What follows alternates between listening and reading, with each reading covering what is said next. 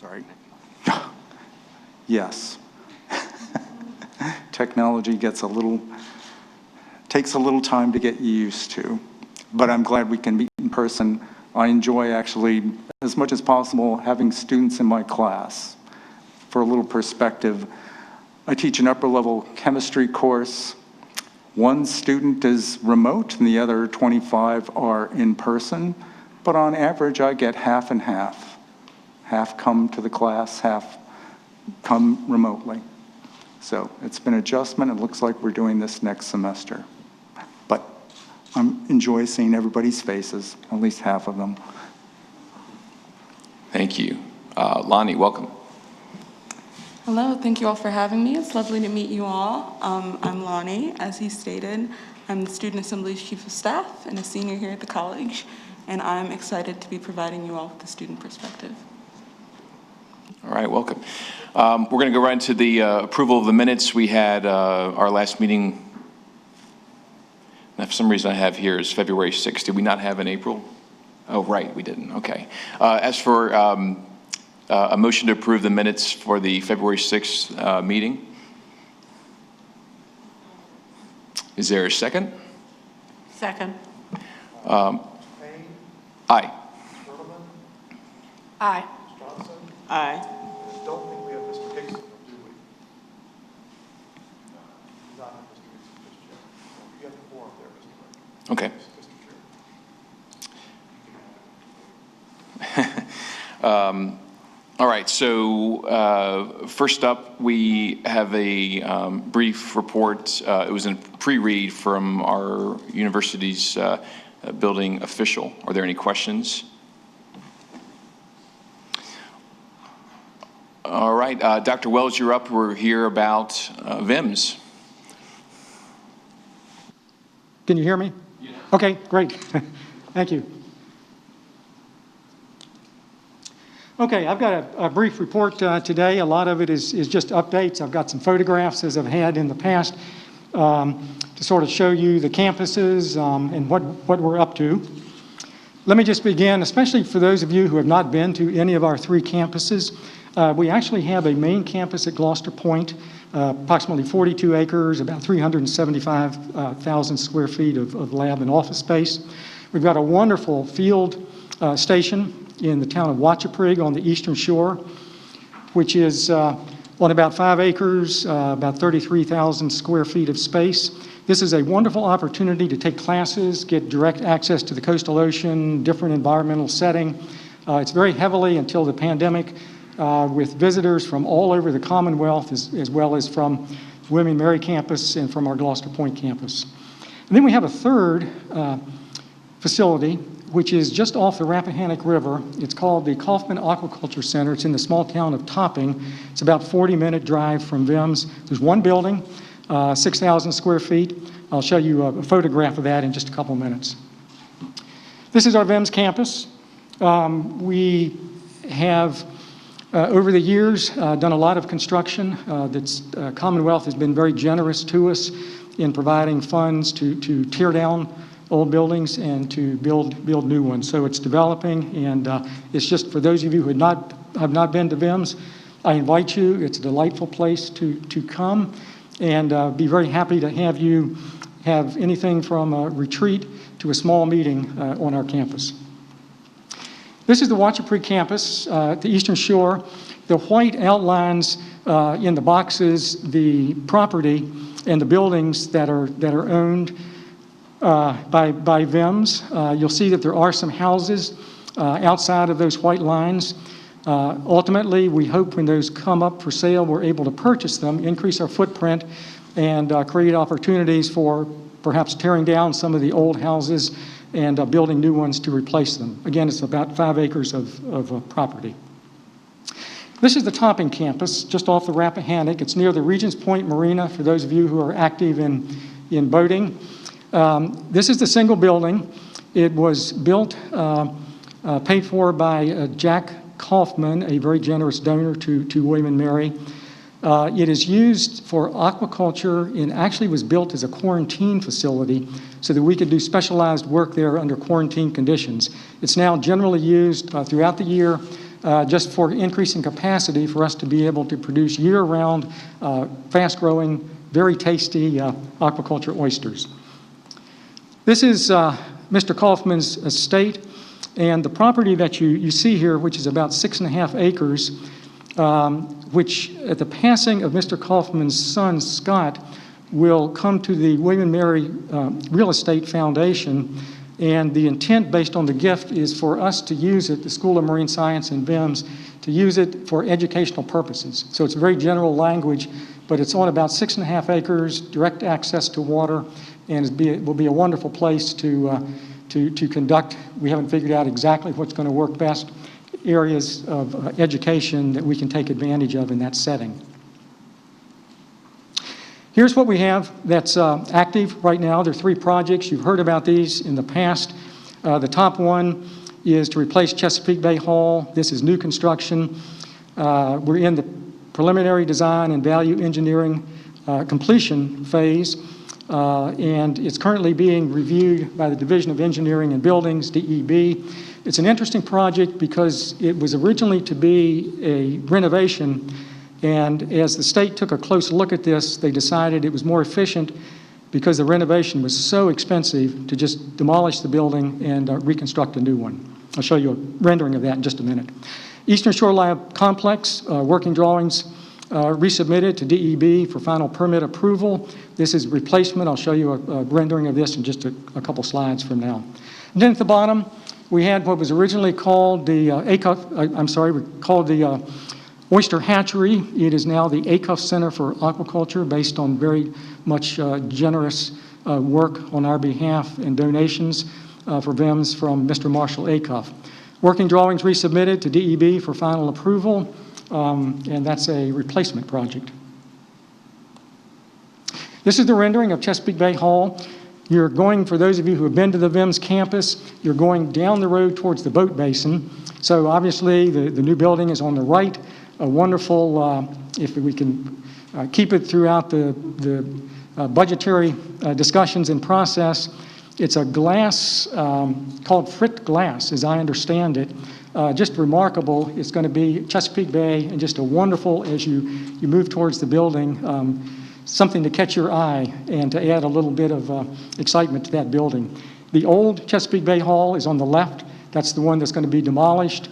And in that footprint, we will put, in coming years, a new fishery science laboratory. Eastern Shore Laboratory, this is a rendering. The buildings, if you can see them, that kind of have the wooden decks and have roof lines that look alike, sort of for a coastal setting. There are 6 new buildings that are going to be constructed. There's an administration building, education building, a visiting scientist building, aquaculture building, shop, and maintenance areas. We hope to break ground on this very, very soon. This is the Acuff Center for Aquaculture rendering. It's low. It's kind of got a wave form. There are 2 buildings behind it. One is Andrews Hall, and to your right is the current Chesapeake Bay Hall, which again is going to be demolished and replaced. So I'm happy to take questions if there are any.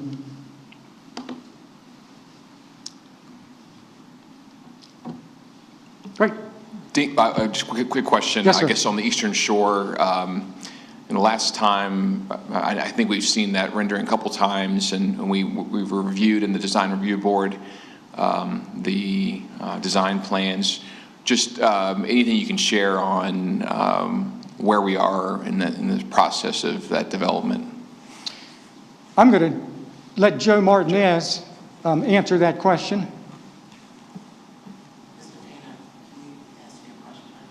Just in, you can come to this microphone if you want.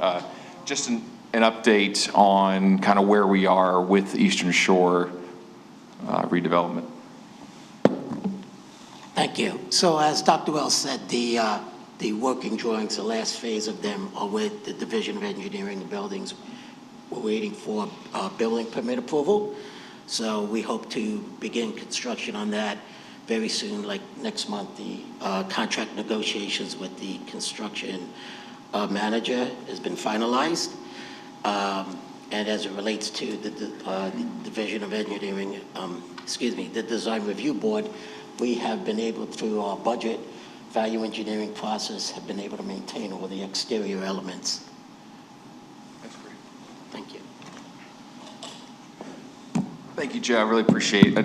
Joe's been fantastic working with us and with VIMS, and really appreciate all the developments we've had on both campuses. Any other questions? Thank you. Dean? Oh. Yes, sir. How is it protected from flooding? Yeah, so it's actually not directly on the Rappahannock.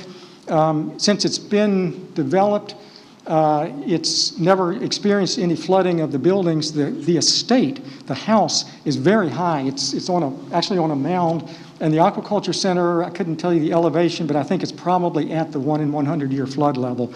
So I think we're in pretty good shape with both of those. Thank you.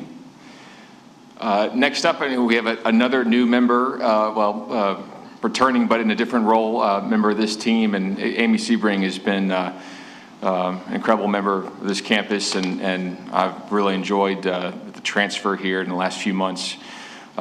She's had her hands full, and I know finance takes up a lot of time. This committee is the most important, and I appreciate all of her time.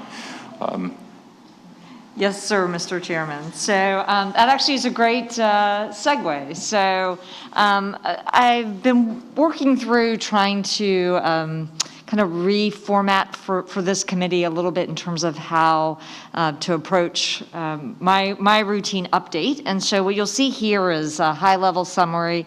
I'm trying to give you both a sense of kind of the immediate things that are ongoing that touch various aspects of this committee's work, as well as the strategic longer-term activities that we're focused on. I will tell you, for the staff, me included, right now it is really hard to focus on the strategic. There's so much day to day, but we really are working to try to make sure that we are continuing to focus on the long game, as the president likes to say, and moving forward in both areas. I would just highlight a couple of things in the sort of short and immediate term. As you know, there's been a lot of planning, a lot of activity on campus, and a lot of people behind the scenes supporting all of that. So I'll mention William & Mary Dining, and they're with us here today, but having to adapt the dining procedures to be COVID responsible, working with our faculty, students, and staff in terms of making those changes on campus. Been a lot of activity happening there. All of the activities around testing, PPE, quarantine and isolation spaces, all of those have contracts behind them. All of those have vendors behind them that we've been needing to actively engage and manage, and so our procurement office and others have really been working through that. So in the column under immediate, just trying to give you a sense of in each of the major areas, the activities that have been ongoing. I talked to a colleague in IT last week who said, we made it past the first several weeks of classes, and I think, feel like the faculty and the students are being appropriately supported.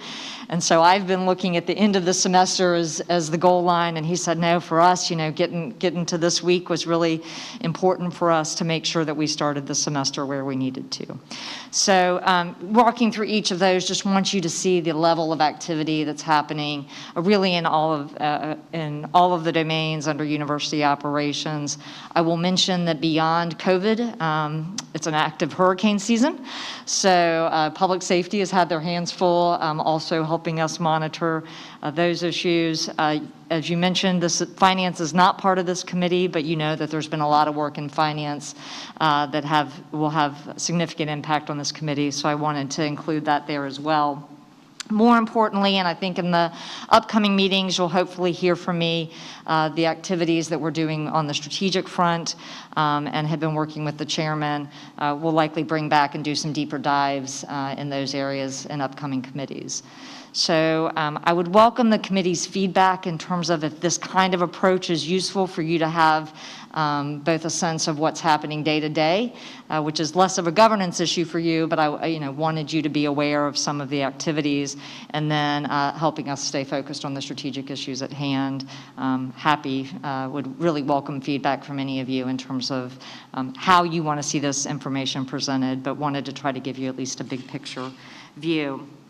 At this point, I was supposed to introduce to you, and the reason I put facilities last actually was because I wanted to introduce Sam Hayes, our interim chief facilities officer. And in all of my immediate to-dos, one of the things I failed to do was to tell him that the start time for the committee changed from 2 o'clock to 1 o'clock. So he'll be joining us shortly. He's driving in, and I'll introduce him when he gets here. So as Dean Wells did, I also wanted to provide you an update on at least 4 of the major capital projects that are ongoing. You all had, as part of your pre-read materials, a detailed report on each of the capital projects, but I thought these 4 in particular are worth highlighting for the committee today. Fine and Performing Arts. I'm happy to say that we have resumed work at the site. Many of you know last winter we had actually paused work when we realized that we had a budget shortfall in the project, that the cost of the projects had escalated for a couple of reasons. One, conditions in the construction industry were raising prices, but also we realized as we got into the project that there was some structural work from actually earthquakes over the years that had created some additional work required at the site. And so when we factored those in, as you know, we went to the General Assembly in the 2020 session and asked for a $16.6 million supplement to that project. It was approved in May. But Richmond asked us to go slow, indicated that they would be going slow as they sorted through what the economic impact on COVID might be for the Commonwealth. And so we had paused all work at the time. We actually began resuming work there in August in anticipation that we'll get the final administrative sign-off for that additional supplemental funding really in the next few weeks. So they're out there right now getting everything prepped so that once we get that final green light, that we'll be able to continue moving forward. And you can see with that supplement, that project is now $138 million, slated for a fall 2022 completion. Muscarelli Museum, this is one that in that fine arts complex is going to be an important addition on the property on campus. It's a little premature for me to be showing pictures, but we've been really aggressively working on the design this summer. There had been some work done previously on this project, some hopes of potentially raising additional dollars around the project, and then with David Brashear coming in as the new director, said, we have $30 million to work with, and if this facility is any indication, you can do a lot of really beautiful work for $30 million. So the building committee has been reinvigorated, doing a lot of work. You'll see from this picture, I don't know if I can get the pointer to work. You'll see from this picture, this is actually the existing museum. So we'll be renovating the existing museum, but then adding a significant expansion to the museum as well. The expansion space is 30 to 35,000 is what we're targeting at this point.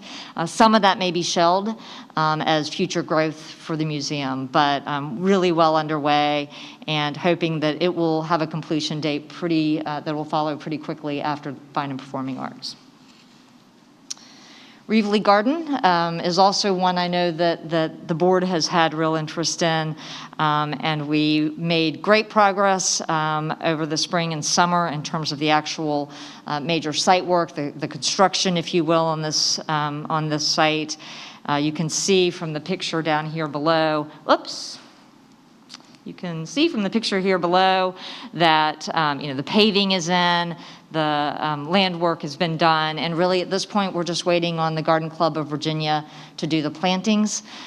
Summer was not the ideal time for planting, and so they told us they wanted to wait until fall. That work should begin in the next couple of weeks, and we should be complete by the end of the semester. And then the last project today that I wanted to update you on is the Hearth Memorial to the Enslaved. That project was presented yesterday to the DRB and approved. We are working very diligently to keep that project on pace. It's moving very quickly. Likely will have significant completion by early summer, with full completion planned for fall of 2021. And I saw Mr. Hayes step into the back there. Sam, if you can stand up, I want to introduce you. I took full responsibility for not getting this on your calendar at the right time, so I apologize for that. I did want to introduce Sam. He joined us July 1st as the interim chief facilities officer for the university. As many of you know, Van Dobson has retired, and when it became apparent that he would be leaving in June, and at the same time that I was stepping into my new role, said, let's take an opportunity to really assess the facilities management department and think about how we want to be positioned going forward before we go to fill the position permanently. Sam came to us. He has a fabulous background, a real mix of both technical expertise, boots on the ground experience, and a consultant's eye. And so he brings all three of those to us. I'll give you a brief bio, and then Sam, maybe if you want to go to my microphone, if you want to say a couple words here at the table beside Ms. Gertelman. Sam's a Virginia boy, grew up in the Roanoke area and has been in Virginia, I think, most, if not all of his life. Graduated with his engineering degree from Old Dominion University, master's from Virginia Tech. Has worked in a number of domains, worked for the Roanoke Higher Ed Center overseeing their operations, has worked, I'm going from memory, so I may not get it all, Sam, worked for the Fed overseeing their real estate and property here in Richmond, served as a state agency head for the Department of Small Business and Supplier Diversity, has a deep background in procurement, has also been a consultant, worked at 2 years worth of work at VCU and their facilities management department as well, and then did some additional consulting on his own. So really brings a depth of knowledge to the job and has been really a breath of fresh air. So Sam, if you want a minute or two just to give first impressions. I told the committee that you will be back with them in the coming months to talk more deeply.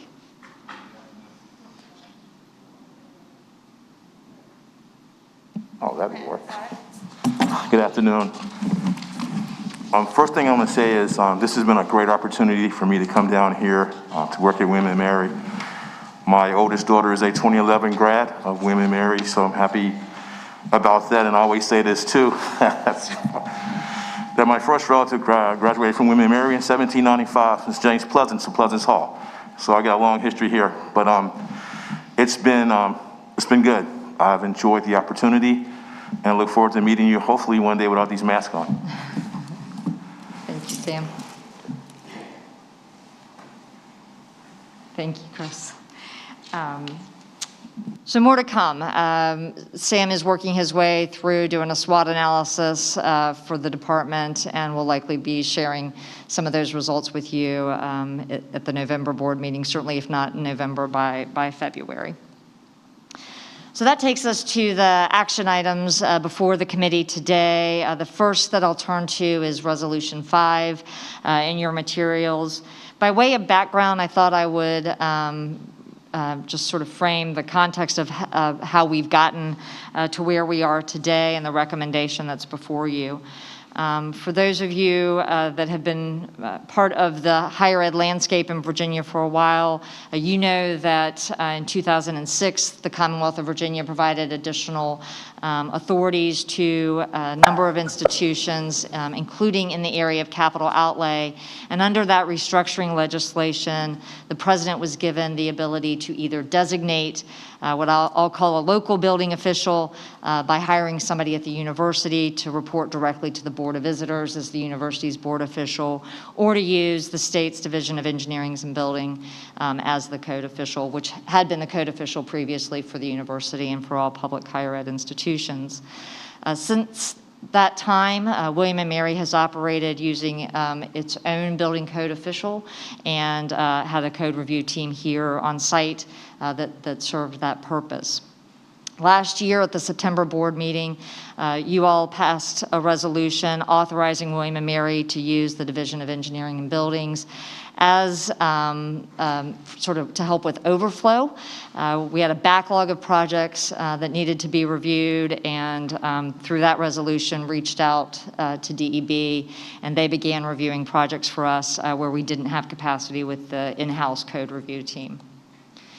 As part of that resolution, you also said that you wanted an annual report on how the work with DEB was going. And so a year later, I've dug in with the facilities management team here on the Williamsburg campus, as well as gotten information from Joe Martinez and his team at the VEMS campus. And you can see the analysis.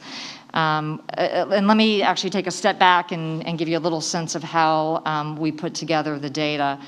We really intentionally looked to make sure that we were comparing review at the same point in the lifespan of a construction project. So we looked at, how were the reviews happening at the schematic design phase, at the preliminary design phase, and at the various working drawing phases. This is a high-level table that summarizes all of that, but wanted to make sure that you all understood we were looking at sort of at similar points along the way how that review process was playing out. And in the aggregate, and actually when you looked across all of those review phases, the data was very, very consistent. In virtually all of the cases, if you compared the time of review, the length of days that the code review team was spending on each of those reviews versus those for Division of Engineering and Buildings, it was about half the time, a little more than half the time, 27 days versus 52 days in terms of the overall review time. Interestingly, the number of reviews was actually pretty comparable. For DEB, that was over the course of a year. For the code review team, we actually went back about 3 years in looking at their work. And I will say there were outliers in all of this. There was at least one instance of VEMS where the review time was almost 3 times as fast for DEB. So very consistent, quick turnaround times from DEB. The other piece that we looked at was cost. So you may or may not be aware, whether it's the code review team or whether it's Division of Engineering and Buildings, that review time gets built into the projects, the construction projects. So that becomes a cost item on each of those projects, whether it's the team here or whether it's DEB, they charge us for that activity. And so I will say the cost per hour is slightly higher for DEB. It's $150 an hour versus $145 for our internal code review team. But one of the things that we found in terms of working with DEB is that because they have a deeper staff, they actually are able to rotate staff to meet the needs that they have from us or from other state agencies. And so, our code review team is one deep in a lot of instances. You have an engineer that can review electrical drawings, whereas DEB has multiple staff. So if they were, overburdened by one engineer, they could shift to another engineer. And so even at the higher rate, because of the time difference, it's still more cost effective for us to use DEB as the code official. And so with that, in looking at the analysis, to me, the business case was really compelling. In talking to the facilities team here and with Joe and getting feedback on VEMS, I think the staff felt comfortable that the review time, the quality of the work that we were getting from DPB really has been phenomenal, and that DEB is well-staffed to be able to help us with our current volume, but also one of the advantages to outsourcing this function is that, in periods when we are less busy, we're not carrying the cost of having a code review team that may or may not be fully utilized. Finally, I would just say that this does not change in any way the agreement with the state, and so the management agreement still allows the president the option to hire a local code official. So if at some point in the future there was a different decision to be made, the president still maintains that ability to do so. So that's Resolution 5. Mr. Chairman, I don't know if you want me to finish going through all of them and take them up in block, or if you want to do one at a time. I think you do 5, 6, and 7 together. And just on that point, Amy, thank you for your work on this. I mean, we take this very seriously, and you did an incredible job in looking at the data, and this is obviously a data-driven, but I do appreciate the work of the code review team and the work of DEB, as we are ever mindful of the cost of these projects and ways to stay on track, on time, on budget. Thank you. So with that, I'm going to take Resolution 6 and 7 together. And I actually hesitated putting these before you today because I find it confusing given the actions that we took in August. But let me explain what items 6 and 7 do. As you may recall, in the August meeting, the board authorized the president and I to work towards a bond package and issuing debt this fall for the university. Part of that package included $20 million related to ongoing dorm renovations. These two resolutions would be required only if we end up not issuing our own debt, which is still very much on track, as you'll hear tomorrow in the full board meeting. But in the event that for some reason the timing ended up being off on our own issuance, or we decided we didn't get rates as favorable as we're anticipating, we would still want a need to have the state issue debt on our behalf to be able to support these ongoing dorm renovations. So the two resolutions are the language required by the Treasury Board. So those are the resolutions that they provide to institutions wishing to participate in those debt issuances. Resolution 6 allows us to actually reimburse the university if we need to start work on those projects before the bonds are sold, so we can go ahead and use our own money and then issue the debt and reimburse ourselves. Resolution 7 allows us to participate in the bond sale should we need to do so with the state. Any questions? Ask for a motion to approve resolutions 5, 6, and 7 in a block. So moved. Is there a second? Second? Second. Second. Good. We only have 3 of us here. Aye. Aye. Aye. I don't believe Mr. Hicks.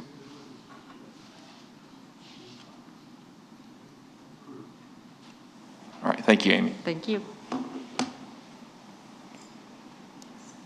Do we?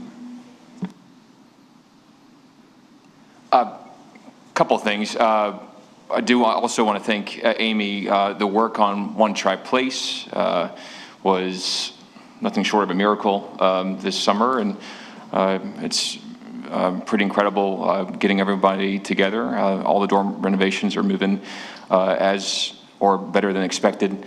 And on that note, I do want to, and then Sam was introduced earlier,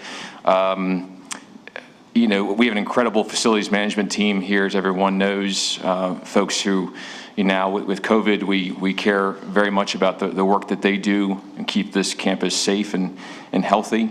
Having Sam at the helm has been great the last 75 days, and he brings so much experience and more to just with facilities, but with our work in this committee and with the design review board, and appreciate his involvement in our projects moving forward. I do, before we close, since we are in a new building, or a newly renovated building, I'd like to ask Marilyn Mignette, Executive Director of the Alumni Association, just to give us this committee official welcome in this building, in this space, and give us a little update. You can use.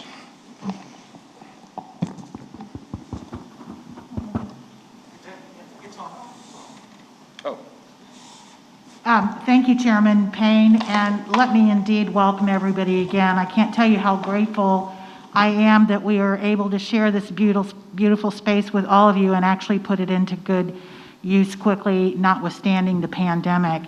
I also want to echo my gratitude to COO Sebring I know that the BOV is certainly interested not only in the theory, but the practice of some of these changes and the practical application. And I can tell you firsthand that I think this change from a CRT model to the DEB model will bear enormous fruit. So thank you for doing that. We are still finishing up. We've still got punch list items. We're still working on furniture and fixtures and some of the remaining items. And I can tell you that Sam Hayes, who I had the honor and privilege of working with, it's called Baptism by Fire. So again, want to extend my appreciation and thanks to him as we continue to try to get this project over the finish line. So thanks a lot, Will. Thank you, Marilyn. We have a couple other resolutions that Carrie Nee's going to talk about. But we did mention Reedley Garden, and we have a special guest in the middle of the room here. Just want to acknowledge President Reedley.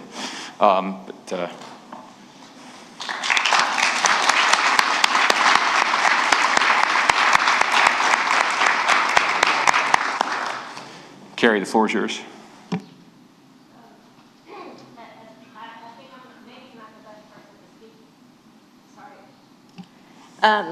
The substance of this is probably best for others to speak to. I can explain to you the two resolutions that are being passed out now, the function of what they will do, which is one of them is an express adoption of naming guidelines that were proposed by the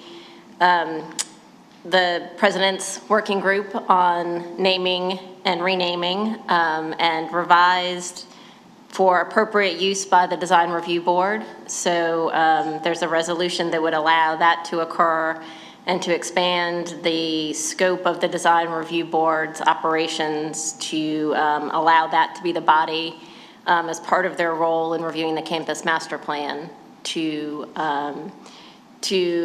coordinate that process going forward. So there are a resolution that does both of those things together. And I think we can take these separately. Any questions on, this is resolution HC 5.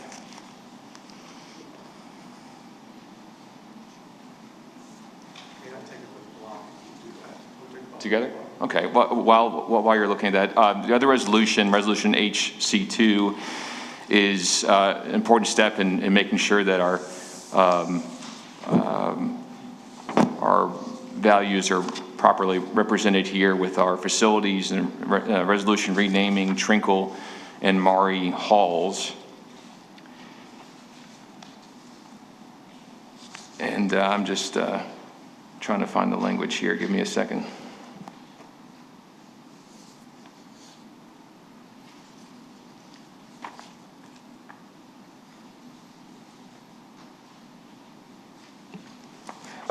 Look at the last line, of course. We renamed Trinkle Hall to be Unity Hall, and Maury Hall at VIMS to be named York River Hall. Any questions on resolution HC2? All right, hearing none, I'd like to...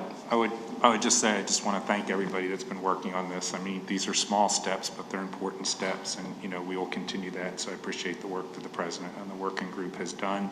And I think, placing these principles in the Design Review Board means that it will be, structurally incorporated and inculcated into the way that we think about the campus and how welcoming it is.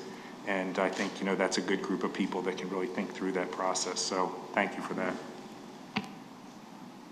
May I add to that? Oops.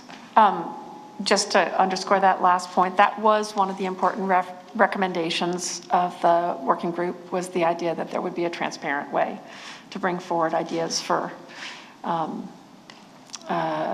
investigation, research, generative renaming opportunities. Thank you, Madam President. I'd like to ask for a motion to approve resolutions HC2 and HC5. So moved. Moved. Is there a second? Second from Ms. Johnson. Mr. Fox, call the roll. Mr. Payne. Aye. Ms. Riddleman. Aye. Ms. Johnson. Resolution is approved. Thank you all very much. I believe that's the end of our agenda, and we are adjourned.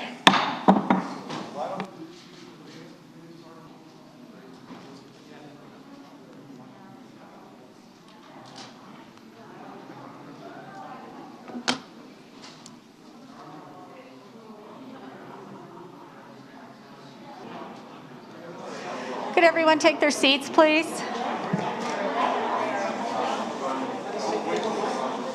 I'd like to get started. Could you take your seats, please?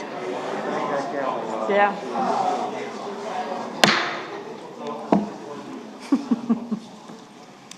Hey, Sue, this is Jim. I'm sneaking in on you. Oh, good. Thank you. Hold the applause, please.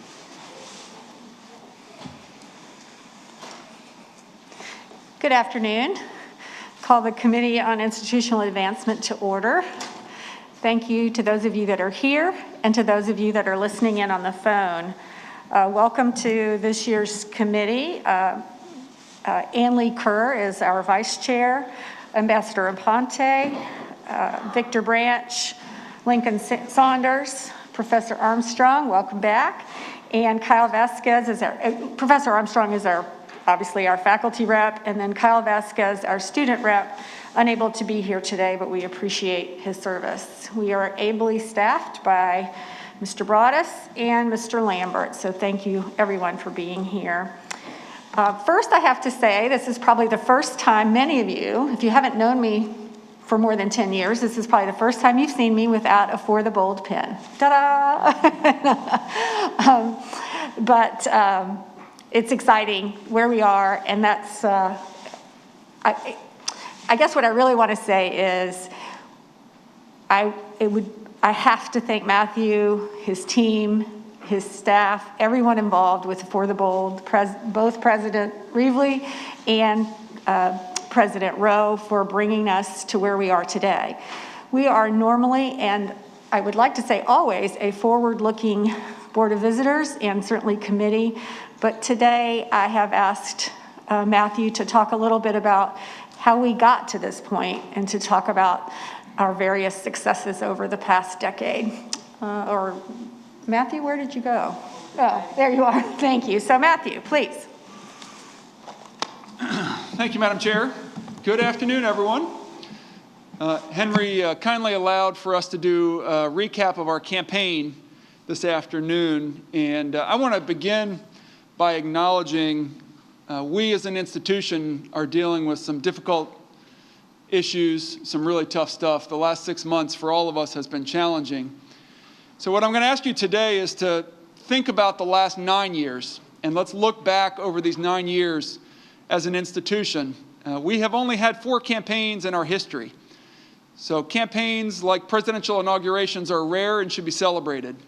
And so I do think it's important for us to take time today to reflect on what we as an institution have accomplished over these 9 years. And we are really honored to have both President Reevely and President Rowe here for the conversation, because this is a campaign that spanned 2 extremely successful presidencies. This is a campaign that was unique in our history, but in campaigns more broadly, because most campaigns focus only on a single dollar goal. And what we tried to accomplish here was a much more robust outreach to our community to focus on 3 goals: strengthening alumni engagement, growing participation, and ultimately raising those dollars to secure our future. So let me begin. We're here in the Alumni House. Let's talk about the first goal, strengthening alumni engagement. And I want to recognize the fact that our team over the last 7 years with this campaign worked hard to diversify what alumni engagement means. At the outset of the campaign, alumni engagement was focused exclusively on social engagement. And we have moved to diversify to create a more robust mix of intellectual, cultural, professional, and social engagement. So let's talk about that a little bit here. Homecoming, which has been one of our hallmarks over time, I don't want to contrast too grossly here, but if you look at the images from 2012, when homecoming averaged around 2,400 people coming per year, it was not as robust as we imagined that it could be. And I want to congratulate Marilyn Monroe. I called her Marilyn Monroe in the last meeting too.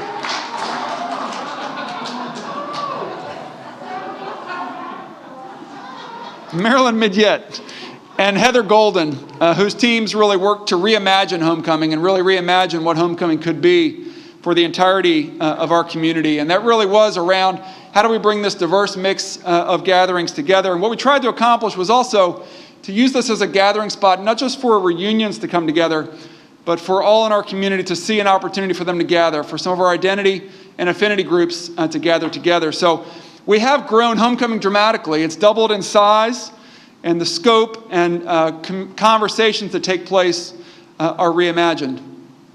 We knew in talking to our alumni at the beginning of the campaign that they were imagining alma mater helping them with their careers throughout their lives. We knew at that point that our alumni would be changing careers more frequently than previous generations. And so we invested in bringing together more of our alumni to communicate, to share, and to help one another. You can see here over the course of the campaign the number of career networking gatherings and events we had. Our switchboard platform, which allows alumni to hire other alumni, has been robust. And I think the Career Collaborative, which really brought together career professionals from across the university, has been a great way for us to see this going forward. And the president has made this a real priority for all of us at the institution going forward. Our One Tribe, One Network is strong, and we continue to grow this as an important part of our engagement that has been a real change during the course of the campaign. We also imagined that we would take the show on the road, and we inaugurated our William & Mary Weekends and held 3 of these during the course of the campaign, first in Washington, then in New York, and then in Chicago. And I want to just highlight, these were essentially taking the best of William & Mary and marrying that together with the best of that local community. So offering opportunities for our people to gather together in community around the country and to experience things they otherwise might not have a chance to. And I want to highlight here something that's true of all of our alumni engagement programming. We began measuring NPS scores, the Net Promoter Scores, at the beginning of the campaign. I'm sure you've had these after you've had an oil change. You get an email saying, how on a scale of 0 to 10 would you rate this? Would you recommend this to a friend? And essentially, anything that is 50 or higher is excellent. The scores range from -100 to +100. And so you can see here the increasing NPS scores, one of the many positive gatherings that we've had. A few of the images from the days when we could gather together and hug and have good times here, just to remember how many of these we've had during the course of the campaign.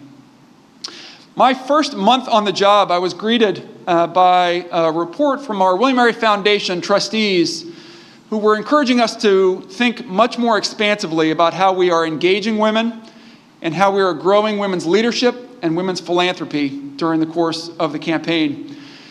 That led to the creation of a new role. We hired Val Cushman, who many of you have gotten to know. And Val built a program that is now nationally recognized as among the very best. We held our first Women's Weekend in 2018 with over 500 women attending. And we now are thinking about doing that on an ongoing basis going forward. We knew from the get-go our goal, our objective was to grow engagement, which would lead to growing leadership on all of our boards and advisory committees across campus, and then ultimately growing philanthropy. Women, as you know, now constitute 55% of our alumni community. They are an important part, obviously, of all that we do. Here's a few images from the few years we've had here of really doing the deep work on the Society of 1918 and our Women in Philanthropy engagement. That work led, importantly, to thinking about how do we do better with all of our identity communities. And we started working really on the heels of the 25th anniversary of the Hulan Willis Association in 2016, when we began thinking about how do we grow this work toward all of our communities, and focused first on our Black and African American, our Latinx, and our LGBTQ communities. But realizing we needed to do better with all of our alumni, making sure that all alumni felt deeply a part of this institution. And so Val Cushman has now expanded her capacity, and we've grown that team that is now focused on alumni engagement and inclusion initiatives. With a team of 3 individuals building the programs that you are going to see in the years ahead. We're now exploring our first multicultural weekend in 2022. And by bringing together volunteers to talk candidly, it has allowed us to think more expansively about how we might approach this work. You all are here experiencing the expanded Alumni House, which is a joy to be in now after many, many years of imagining and planning, fundraising, and then executing. This is a true labor of love. This is a project. We're in Hunter Hall, belovedly named for Hunter Smith, who gave the lead gift for this project. But many, many alumni over the years have helped to grow this project. And I think as you have a chance to look around, whenever you're able to walk around and experience, this is really a reimagined house.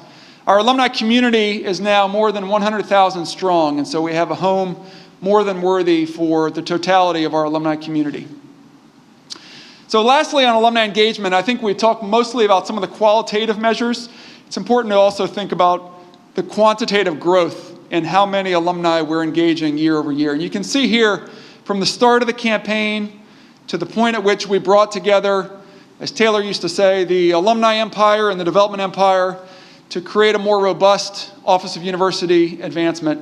We've been able to think about how we bring more people into the fold. And this has been a great joy for all of us to see that community grow. Our second goal was the most ambitious and audacious. We knew from the outset that achieving 40% would be a Herculean leap for us, but nonetheless, we set forward in thinking about how could we grow and sustain alumni participation along the lines of the most elite private institutions. First and foremost, we knew that we needed our students to come to us and be educated, involved, and engaged in the process of philanthropy. And so we took what were 3 separate student organizations and worked with them to bring that together into one unified Students for University Advancement. We reimagined some of their opportunities across campus, including Tag Day and our Impact Weeks, to allow students to focus on peer-to-peer education and not waiting until they graduate in their senior year to ask them to think about giving back and staying involved and engaged. And this has been a group of student leaders over time who have become now alumni leaders, and they will in the years going ahead. You can see here just a few stats, but I'm particularly proud of the things such as the Impact Week, where we had in a single week, beginning early in the campaign, larger numbers of students giving in real numbers. And this past year, we had over 800 students give in 1 year. Tag Day was our opportunity to make philanthropy visible to the entire community. And Tag Day was our opportunity to make sure that faculty, staff, and students, all of them, were able to see and experience philanthropy on campus. You want me to go without a mic here, Michael? Okay. I will mention here that many of you who worked with Judge Thomas on this board was successful in getting the students to change their banners from red and purple to gold and green. So we now have a great identity here. But this has been a campus community tradition now for several years of making this philanthropy really aware and visible to our students, faculty, and staff. Tribe funding was our opportunity to bring together our community, particularly our faculty, staff, and students on campus who had projects that didn't require mega money, but smaller dollar projects, generally $5,000 to $10,000 projects, where they could mobilize their networks to come together to support a particular project. You can see here during the course of the campaign, we've now had over 50 of these projects funded with more than $200,000 and almost 2,000 donors supporting them. This is an opportunity for our people here to see immediate impact when they have a great idea to bring that forward for support. And again, some of the great images from Impact Weeks over the last couple of years of our students bringing this philanthropy to life.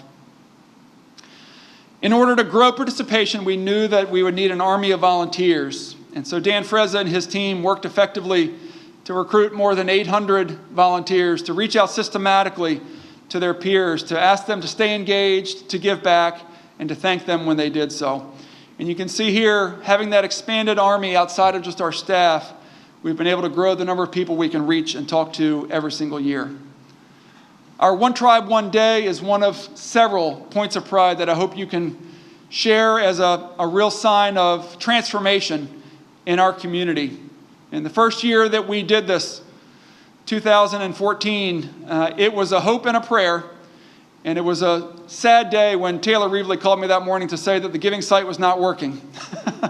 We recovered quickly from that and ultimately achieved nearly 2,000 donors that first day, and we grew from there. Dan Frezza Heather Golden and our entire team put together plans over the years to build every year to keep it creative, fresh, and engaging. And you can see we reached 13,000 plus donors and over $2.5 million, with more than $13.5 million raised over the course of the campaign. I am equally, if not greater, more proud of the community that has been built through One Tribe, One Day. It really grew, particularly on social media, to be an opportunity for people to come together and to share stories of why they love this institution. And we came together in person, we came together virtually, and it was a great reminder of all that we shared together as an institution.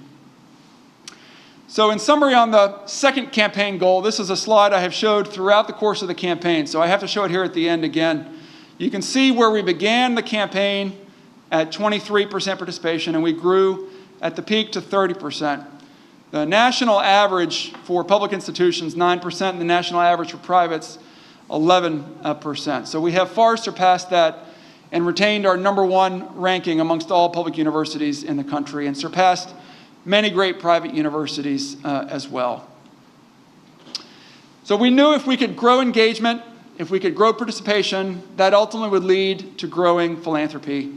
And so, as you know, we set a goal of $1 billion as our ambitious achievement here, and we surpassed that. And it is a great point of pride for all of us to be amongst the rare number of institutions, and particularly knowing that no other our size that is public and has no school of medicine or engineering has been able to achieve this. So a real point of pride for all of us here to have more than $1 billion raised during the course of this campaign. And as I mentioned earlier, it's been a very short history of campaigns, beginning in the 1970s with the first campaign for the college with President Graves, the campaign for the 4th century launched by President Verkyle, the campaign for William & Mary launched by President Sullivan, and then For the Bold launched by President Reevely and closed by President Rowe. This is an enormously high trajectory in a relatively short period of time here.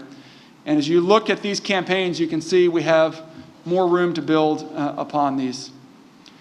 We grew philanthropy dramatically during the course of the campaign so that $100 million years became our norm and our standard, finishing the campaign last year with the single greatest fundraising year in our history, in the midst of a pandemic, raising almost $150 million. This is our ambition going forward, to continue the significant philanthropy that we have seen, and knowing that we are facing headwinds, our ambition is to continue this moving forward as we build toward what comes ahead. I wanted to share with you also the campaign pyramid. At the outset of the campaign, those of you who were here will remember that we put forward a campaign pyramid of what it was going to take for us to raise $1 billion. And we knew at that point, we had been told by our campaign council that we would need 2 gifts of $50 million or more, and ideally at least one $100 million gift.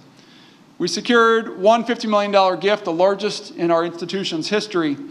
But you can see here the large number of gifts that came in between $1 million and $5 million, doubling what had been anticipated, really speaks to the breadth of our community. This was a campaign that brought lots and lots of people together to be a part of this campaign. It came from a number of sources. About half of the gifts in the campaign came from undergraduate alumni, and about 2/3 in total from alumni when you include dual degree and graduate alumni. But you can see also parents, friends, foundations, corporations, enormously important for us in reaching these goals. So it was a large tribe family that came together for this. Now, I'm often asked, particularly these days, where is that $1 billion? Where did it go? And so in a campaign, as you know, there are varieties of ways that people give and pledge. But it is remarkable to think that about 56% of the money has already been received. About another 34% is revocable deferred, essentially estate commitments. And then about another 13% through pledges that will come through in the next few years. But we did very well to bring in a large amount of the cash coming forward. As you all know, and you may be asked this also, we at William & Mary do not designate where the monies go. Donors designate where their gifts go. And you can see here our schools and units were the primary areas where they designated their gifts. These are the programs and projects where donors put their resources. And across the board, we were enormously successful in our philanthropy. One of our ambitions at the outset of the campaign was to see some transformational philanthropy, things that could come to be at William & Mary that did not previously exist. And during the course of the campaign, we were able to bring several of these initiatives into being. You can see here just a handful of them, of the programs and people that were created and sustained during the course of the campaign, and we continue to build upon all that was accomplished here. The landscape of our campus similarly was changed. I mentioned earlier the alumni house here, but you can see here just a handful of the places around campus where the institution now has a very different landscape than it did just a few years ago. I implore you to remember, as we said at the beginning of the campaign, this was about our students. And we set as our largest goal in this campaign, scholarship support for our students. And it is really remarkable that we achieved more than $300 million for scholarship support. These young men and women were really a driver for us in the campaign. And it is fascinating and heartening to think that prior to this campaign, there were about 900 scholarships in our entire history. In this campaign, we created almost 550 new scholarships. People heard our message that this was our top priority and our main objective, and they responded with support for this. And yet we know this will continue to be our largest fundraising goal in the years ahead. There is much more work to do to make sure that the best and brightest can continue to come and learn at William & Mary. I'm sorry that Mr. Watkins is not here to see the map of the country, because at the outset of the campaign, he pointed out that we called the central region the flyover region, and we have heretofore seen our campaign go around the country and around the globe. You can see here our goals we set for each of the various regions around the country, and we were successful in reaching and exceeding each of those goals around the country. And I know many of you were a critical part of helping us to gather together the tribe everywhere that we went. Sue and Taylor and Catherine were part of many road trips, stories never to be told about going around the country to these wonderful places. A great point of pride for me, and hopefully for you as well, was the notion that we should let our light shine, that we ought not be the humble, meek institution that doesn't talk about itself. And that was part of our mantra in For the Bold. And in our first regional campaign launch in New York City, one of our alumni was able to get the Empire State Building lit up for us in green and gold, which is a great point of pride. That led then to everywhere we went thereafter, having alumni light up the night for us. You can see here Navy Pier in Chicago. You can see in Washington we had the Verizon Center, and we had the National Gallery, as well as the George Washington Memorial. So all over the place. And then secondarily here we had also California. We had Santa Monica Pier. In Atlanta, these are the King and Queen buildings, fittingly. They were lit up in green and gold. Southampton Roads. And then we finished just last spring in London at Kensington Palace right here. So a great point of pride for us to let our light shine. I want to remind all of us that this is really about the impact. So when we talk about the dollars and we talk about participation and we talk about engagement, let's come back to thinking about what this campaign was really for. The impact here on our people. We said at every stage of this campaign that every gift counts, every gift matters. And you can see here, donors who gave gifts under $100 collectively gave almost $15 million. That is the true power of philanthropy, when people see that their gifts gathered together with others can make real impact here. Scholarships, as I said just a second ago, are our top goal, and over $100 million for faculty support as well. Our dollars flowed into the core of this institution and our primary focus. Let me conclude by talking about leadership. And I need not mention to each of you that leadership matters immensely. I have been privileged to be a part of 4 campaigns in my career, and never have I had 2 presidents as dedicated and devoted and faithful to this work as Taylor Reevely and Catherine Rowe. And any of you who have read their Sunday night missives know that they have usually spent at least 3 of those days on the road somewhere, traveling, meeting with donors, and doing God's work. So I want to thank the 2 of them for dedicating themselves so fully to this work.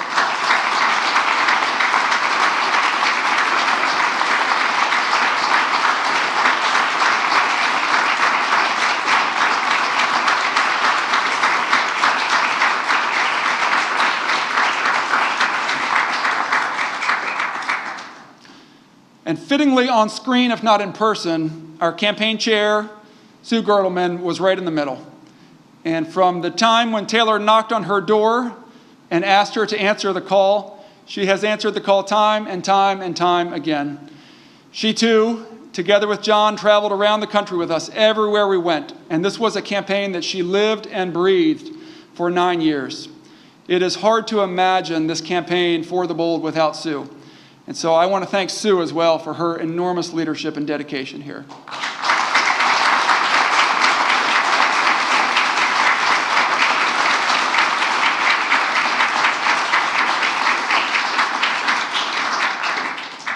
I think the three of you are smiling, but I can't totally tell.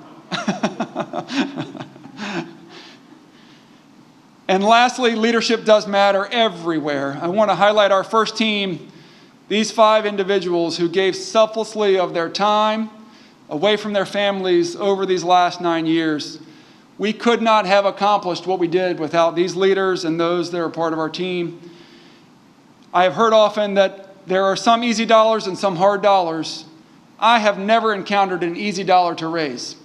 And I think these 5 individuals will tell you that at every stage of this campaign, we had to work extremely hard to build our community, to grow participation, and ultimately to secure our $1 billion commitment. So thank you to the 5 of you as well here. You did enormous work.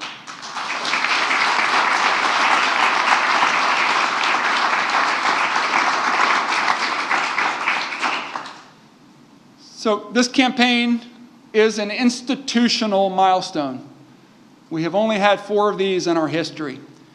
And the hallmark of this campaign, as President Rose says here, is that it did push us beyond the status quo. This pushed us to think bigger, act bigger, and to be bold in every way.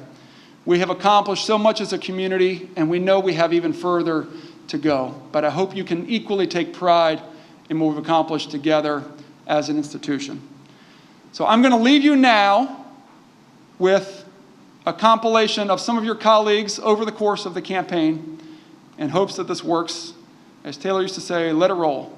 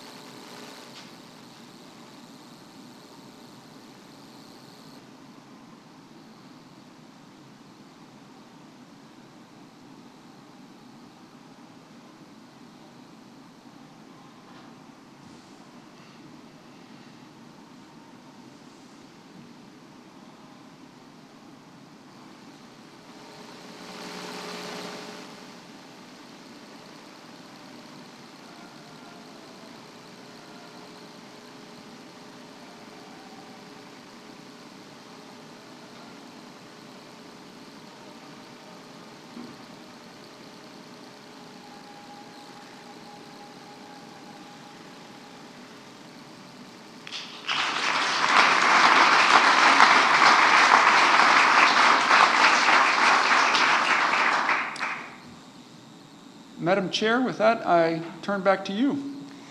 Thank you, Matthew. And because Matthew was leading this discussion, the only person we have not thanked appropriately is Matthew. Thank you.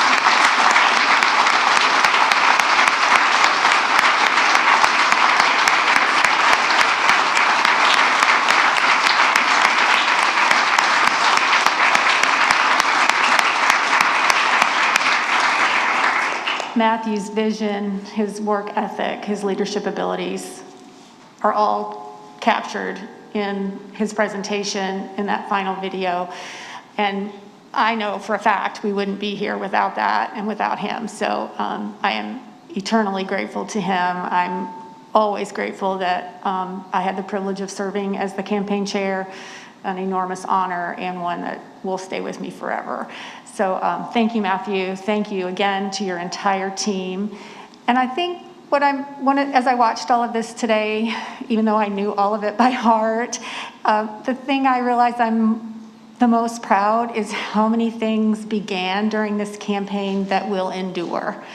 And because we chose these 3 goals and not just one, it wasn't just about the money, we really have institutionalized a lot of things that will stand us in good stead as we move forward.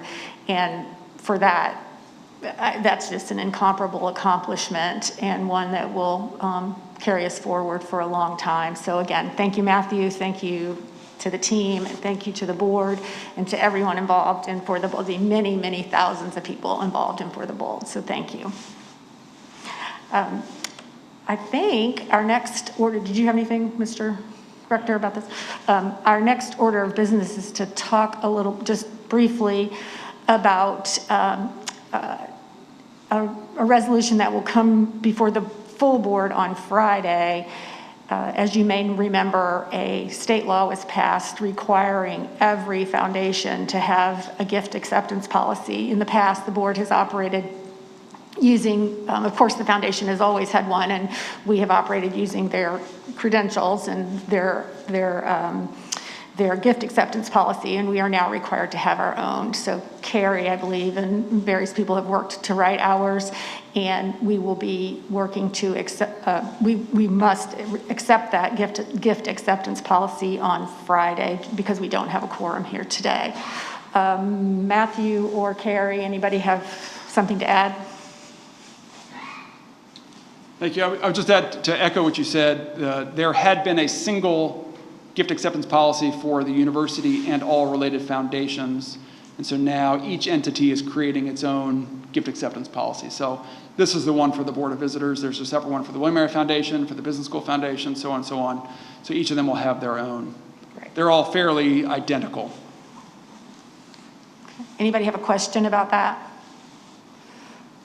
Going forward. We do not have a need for a closed session today. Is there any other business to come before us? Okay, then if that's the case, then. So just to be clear, you're going to gavel this close, and then I'd like you to gavel again so that I'm sure I can Okay. But you are. Okay. Okay. This meeting is adjourned. And pretend like you're hitting it. Okay, well, I'd like to convene the full Board of Visitors, and unfortunately, your state law sort of interrupted that whole celebratory moment, but I think when we talk about things that endure, certainly I think there has been a big surge in green and gold as a fashion statement. I'm sure there are a lot of designers that think that's the new trend, so I know from my colleagues on the board that that is true. But I did want to, in some ways, reiterate what you said about this and what Matthew has said, and make sure that it is on the minutes of the full board, and that we will share that news. And first, I apologize that I was not here for the presentation. I actually had 20 minutes of real paid work that I had to fit in during this meeting, so I apologize, but I have seen the video and know a lot of the work that you do, and I do think it's just a remarkable accomplishment on so many levels. Just the engagement. We know all the things about finances and things like that, but really it has just been a way that this community can celebrate all the accomplishments and celebrate each other over so many years, and it really, that camaraderie, that engagement will last for quite a while. Matthew, you've been an incredible leader, and you have not just picked our pockets, but you have also really motivated people to step up, and that's a real accomplishment. But even more so, you've been an incredible manager. You've developed a great team with Dan and Mark and Marilyn, Heather and Earl, and they have been incredible, real leaders, and all the people in advancement. I mean, the hard work that's gone into every single event is really evident. It's really the work that's been done on logistics and on planning, but more important on relationships, is really first rate, and probably among the best you'll ever see in an institutional setting. It's also important, as Sue and Matthew have said, to recognize the work of our past president and our current president, Taylor Reevely and Catherine Rowe. This would not have happened if they weren't personally involved in so many of the activities that went on. And I would like to recognize them both. Thank you very much.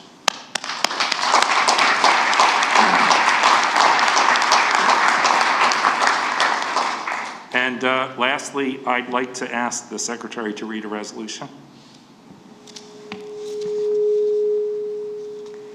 A resolution honoring Sue Hannah Gertelman, Chair of For the Bold, the campaign for William and Mary. As For the Bold Chair, Sue Hannah Gertelman, class of '76, propelled the largest campaign in William and Mary's history to a successful conclusion. A steadfast leader, she cheerfully traveled the country on behalf of her alma mater, meeting with prospective donors and lending her voice to regional campaign celebrations from coast to coast. Her understated demeanor, unwavering sense of purpose, extensive fundraising experience, and formidable management skills made her the ideal campaign ambassador. Those qualities, along with her remarkable personal generosity, were well known to President Emeritus W. Taylor Reevely, who asked her to chair the campaign that eventually became For the Bold. Beginning in 2011, she led a campaign cabinet comprising 16 volunteers during the silent phase of what initially was a $600 million fundraising effort. When new research showed that a more ambitious goal of $1 billion was attainable, she embraced that aspirational challenge and persuaded other key leaders to lend their support. Thanks to her efforts, the campaign was more than halfway toward the new goal by the time of its public launch in October 2015. It had surpassed that goal by nearly $40 million when it concluded on June 30th, 2020, in the midst of a global pandemic. Ms. Gertelman remained a resolute presence throughout the campaign. Administration changes in the university and expansion of the campaign cabinet to a 60-member campaign steering committee. She challenged the William and Mary community to be bold, while at the same time exemplifying humility and grace. She amplified the profound impact of her late husband, John Gertelman, by encouraging other alumni and friends of the university to invest in William and Mary's future. Among its many achievements, the campaign solidified William and Mary's status as the top public university for alumni participation and advanced the university's mission of teaching and learning by raising more than $303 million for scholarships, including the John W. Gertelman Scholarship Endowment for Athletes. Campaign gifts enable the university to establish new spaces and initiatives to help students flourish, and fuel professorships and fellowships for graduate students researching pressing global issues. Ms. Gertelman's outstanding work on the For the Bold campaign enables William and Mary to reach toward even greater preeminence and paves the way for talented students to advance knowledge and pursue lives of meaningful distinction. Therefore, be it resolved that the Board of Visitors recognizes and commends Sue Hannah Gertelman for her service and expresses its appreciation to her for the many contributions she has made to William and Mary and the For the Bold campaign. And be it further resolved that the Board of Visitors remains thankful for Sue's commitment of time, talent, and treasure to the university and looks forward to her continued engagement and guidance. And be it finally resolved that this resolution be included in the minutes of the board and a copy of the same be delivered to Ms. Girdleman with best wishes from a grateful university. Thank you, Ms. Johnson. Do I have a second? Second. Any discussion? Mr. Fox, will you call the roll? Aye. Mr. Payne. Aye. Ms. Johnson. Aye. Ambassador Ponte. Aye. Mr. Branch is not here. Mr. Bunch. Aye. Ms. Girdleman, would you like to vote? Judge Poston. Aye. Ms. Renee. Can I vote twice? Once for Sue, aye. Dr. Schultz. Aye. Mr. Watkins and Mr. Wolf are not here. Mr. Rector, it's approved. It passes. Congratulations.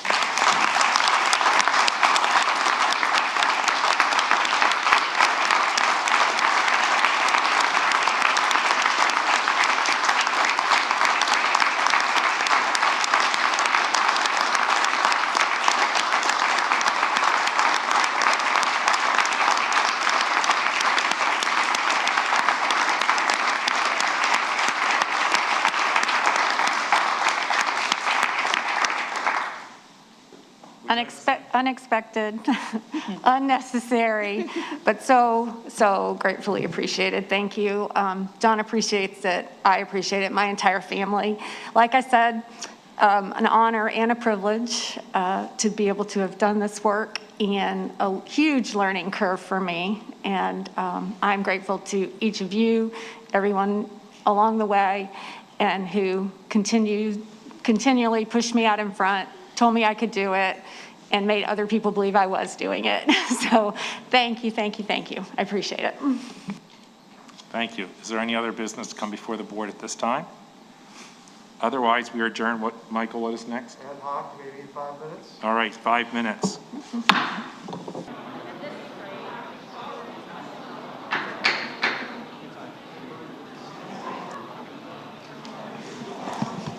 Good afternoon, everyone. Are they able to hear me? Or? Let's see. Good afternoon, everyone. My name is Mirza Beg. I'm one of the co-chairs of the Ad Hoc Committee on Organizational Sustainability and Innovations. I'd like to welcome Tom Watkins and Barbara Johnson, my co-chairs. This is Barbara's first meeting as co-chair. Welcome to the committee, but of course this is a committee on the whole. And you've been attending in the past, so this is not necessarily the first time. We have a great agenda today, and I know the Henry and folks have been working on the agenda and the materials. So I'm going to just turn it over to Henry or Sean. It feels like you and Henry to take us through this material. Wonderful. Wonderful. Thank you so much. Say what now? Tom, are you on the phone? I am here. It's difficult to hear, though. Very difficult to hear. Would you like to say anything to the rest of the committee, Mr. Watkins? Well, thank you, Mirza. I would just add that, as I think everybody knows, the committee now has, I guess, 3 domains of work. Financial and operating model optimization is one, strategic planning is a second, and diversity and inclusion is a very important third priority. So I think today's presentations are specifically responsive to the DI initiatives and the financial operating model challenge. Specifically, I think the progress on the strategy that we laid out for the board back in February, if anybody can remember that far back, because that seems like another year, to embark on a process for phased smart growth and how we've fared on that since the events of the last few months. So, John, I know is going to start the discussion. We look forward to a good meeting. Thank you. Sean? Thank you. Thank you, Mr. Watkins and Mr. Beg. Good afternoon. Today, I would like to bring you up to speed on actions that have occurred. Let me move this forward. Actions that have occurred since May and June. All of our work has changed from this point on as we engage with an ever-changing and uncertain health pandemic and other epidemics that have arisen. My goal today is to share updates of presidential actions that have been undertaken and during the response of the pandemic and racial injustice. Second, I will provide updates on items that the board has requested for follow-up on equity in action. Finally, the 5 strategic domains of work that the university leadership will be moving forward this academic year. There's a tendency to respond quickly when we have moments in time that are relentless and difficult to define, with quick fixes such as statements, august and elaborate plans, and all are necessary because you don't want to miss those critical moments and inflection times. For long, durable change and transformational change, they're good for the moment, but for lasting, durable change to occur, we need to first adapt our leadership style and respond to the needs at hand. So, in June, the president sent out an email to the university commitment as we were experiencing the racial injustices that had happened after the murder of George Floyd. And so the first thing I want to report on are those actions, because one of the things that she stated, I want to be held accountable for these things. And this is all university leadership actions. First, fair and impartial policing. We worked very closely with our student body, especially our student assembly president, Mr. Joseph, because our students needed to feel that they were safe and felt that William & Mary was going to be supportive of them during this process. Out of this, we have had a plan of action that the chief of police has put together, and the chief has also met on a regular basis with Mr. Joseph and other student leaders, BIPOC student leaders, and also has made sure that all of her faculty have gone through implicit bias workshops. This information is in the box folder, and I encourage you to read it because it's a very good plan. The chief has also initiated the first town hall meeting, and it was open and people had an opportunity to ask questions about what's going on currently and what is to happen in the future. And she did this by also inviting in city police and James City County representatives. The second, values in action for faculty and staff. The Chief Human Resources Officer, Dr. Christopher Lee, and the Chief of Staff, Dr. Jeremy Martin, will be working with every manager and supervisor to make sure that we lift up our values. We worked a lot of months on those values, and there's no better time than now when we can actually put them into action. And so they will be leading our faculty and staff through those, and I'll talk a little bit more about that later. Inclusive curriculum and classes. We have asked each dean to provide for us a plan of action of how they're going to carry out these goals, and also inclusive curriculum and practices. This is a whole different ballgame for all of us. Students are remotely learning, are here and at home. Faculty are remotely teaching and in person. So we have to adapt to all of the things that are different about what we're doing. So we just want to make sure that we're being very, very conscious and intentional about making sure that we keep these issues on the forefront, but also supporting the schools as they do this. In the box materials, the board has copies of every dean's academic year 21 action plan, and I hope you will take a look at those. Equity and communication for staff. One of the things that the pandemic has done is that it has revealed the inequities that exist, especially with the digital divide. We are using technology much more, and one of the things we've realized is that our staff have not been able to access the internet and technology as much as we wanted them to. So what the Chief Human Resources Officer has done is to work with Sam Hayes that you met earlier in trying to find ways that we can provide support to our staff so that they're also able to receive all the information that we're sending out. And Ms. Newby, as president of the Staff Assembly, has worked very closely with her assembly in establishing water cooler sessions. Again, opportunities for communication and sharing what the issues are that they're facing. And raising the bar for leadership, finally. Back on September 8th, 100% of the cabinet actually engaged in an implicit bias workshop. It's important for leaders to also be educated about the things that we can do and not do with regards to the way we treat people, the way we are biased in so many ways, and how those biases may play it out.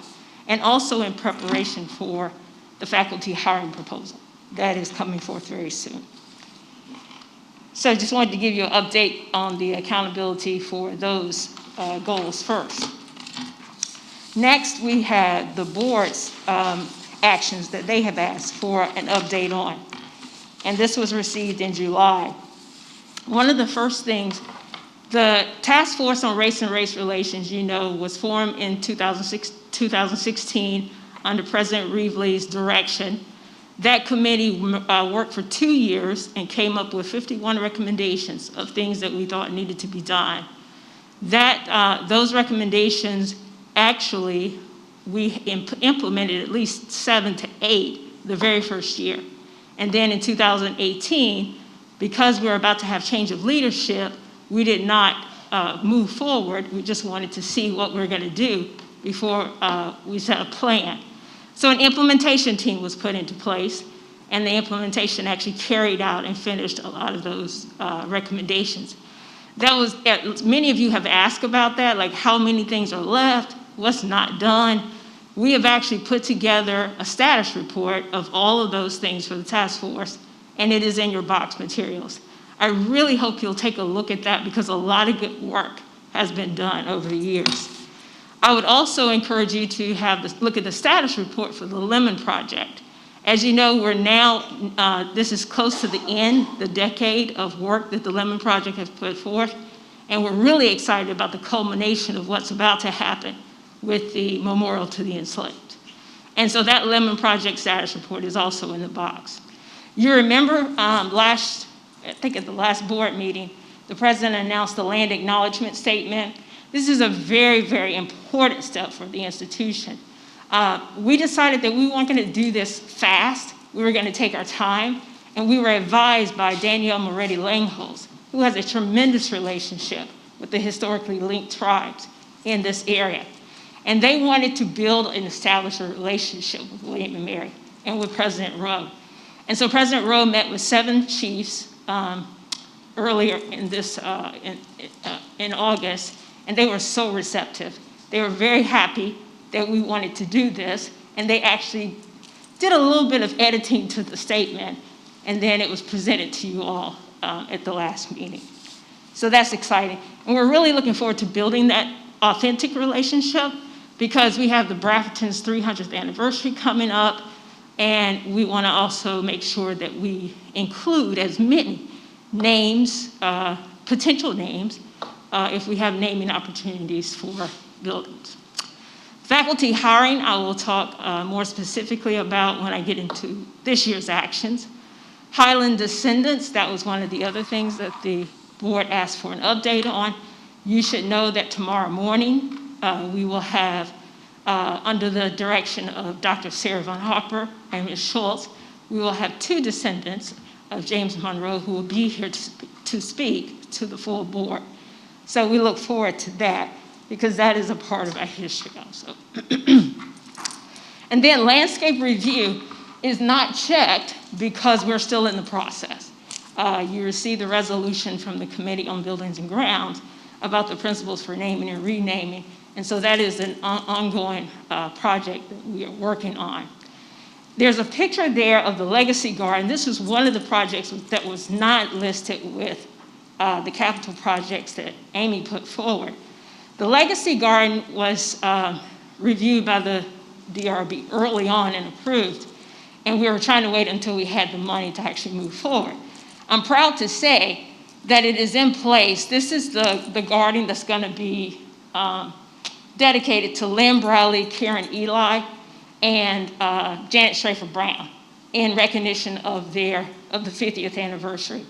You see there are 2 benches that are placed there already, and then you have the vegetation that's there. That construction cone is not a part of the garden. That is a placeholder.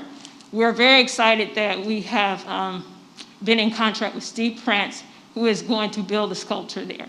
And it's going to be called the Sankofa Seed. And that is because Sankofa was one of the themes that we used for the 50th anniversary. So soon that will happen. And there will be a connecting path from the memorial to the Legacy Garden, actually making that connection with both of those. Okay, so there are 5 strategic domains of action that we're going to be working on. The president has charged the leadership with moving forward. One, of course, is hiring, climate, curriculum, innovations, and then enrollment of undergraduate and graduate students. And of course, the hiring is for the recruitment and retention of instructional faculty. So just to kind of get more specific for these. So hiring is definitely a priority that we have. We have not done as well as we wanted to do. The first thing I will say is I have a couple data points, but this is not the dashboard. We committed to you to present to you the updated dashboard every November. So that information, the information from the Integrated Post-Secondary Education Data System is iPads, is not ready yet. So there are three reporting cycles, and we have not reached, we have not done what we needed to do to get our information back yet. So that's why we have committed to get it to you in November. But I at least wanted to give you a snapshot.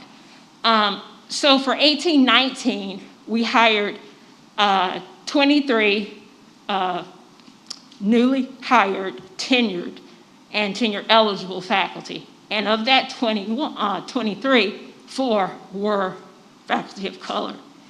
And then for this year, we hired 21, and of that 21, 5 were faculty of color. So again, not the full dashboard, but just an opportunity to see where we are. So one of the main goals is this faculty hiring proposal that I presented to the Academic Affairs Committee in February. You probably can't even remember February. But I presented it in February, and so we now have an actual proposal that has been presented by the provost to the deans and to myself, Chris Lee, and Anne-Marie Stock to help move forward. One of the things we're trying to do is to make sure that all the faculty that we hire have a commitment to inclusive teaching. And so this proposal is supposed to help us build a good applicant pool so that we can ensure that that happens. We are going to do this as a 3-year pilot. In the first year, the provost has charged us and the deans to actually work on kind of the implementation process. I'm working very closely with the Faculty Assembly, David Armstrong and Mark Brush. They're going to partner with me. I'm going to serve on a committee. They're going to help us with the implementation steps. And so, because it's very important to have their support. And we're going to there's little hiring going on right now. The hiring freeze is pretty much going to give only a couple of units the ability to hire. And so we will be working as a pilot this year on training and workshops to prepare them for that and to actually see how this works as we roll it out. And then we will also, in response to one of the other requests that you all have, conduct exit interviews by each school dean and the chief human resources officer.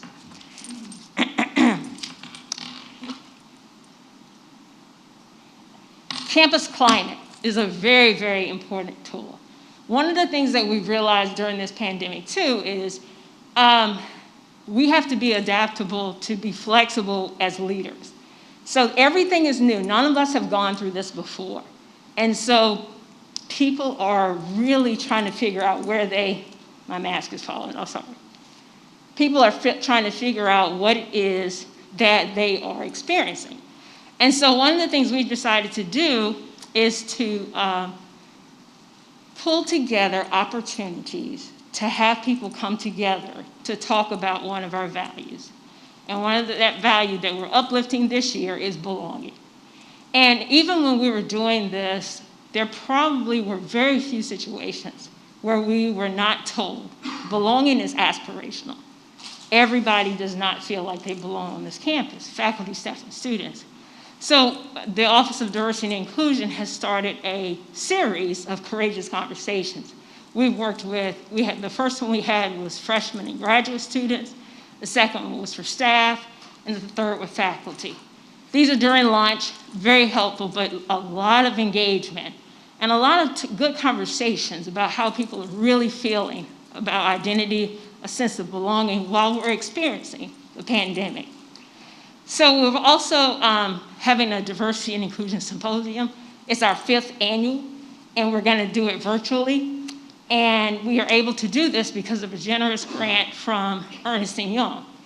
And so we have 3 speakers coming in. The theme is, what do you stand for? And we have someone coming on to talk about accessibility. It's the 30th anniversary of ADA. Accessibility, anti-racism, and advocacy. This is on October 23rd. I've recently been told that the board is really not knowledgeable of some of these things that now you can actually participate in, especially virtually. And so we're going to get that information to you so you can join us.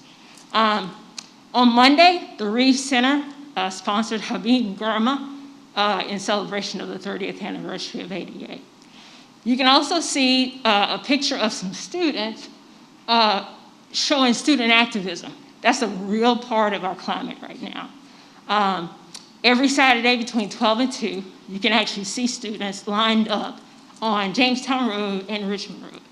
And it's very, very powerful to see students out there exercising their right to vote, to say what they want to say. And I know that AJ has been working with that with the Student Assembly, and they've been working with Campus Police. The other thing is the Hearth to the Memorial. The Hearth, Memorial to the Enslaved.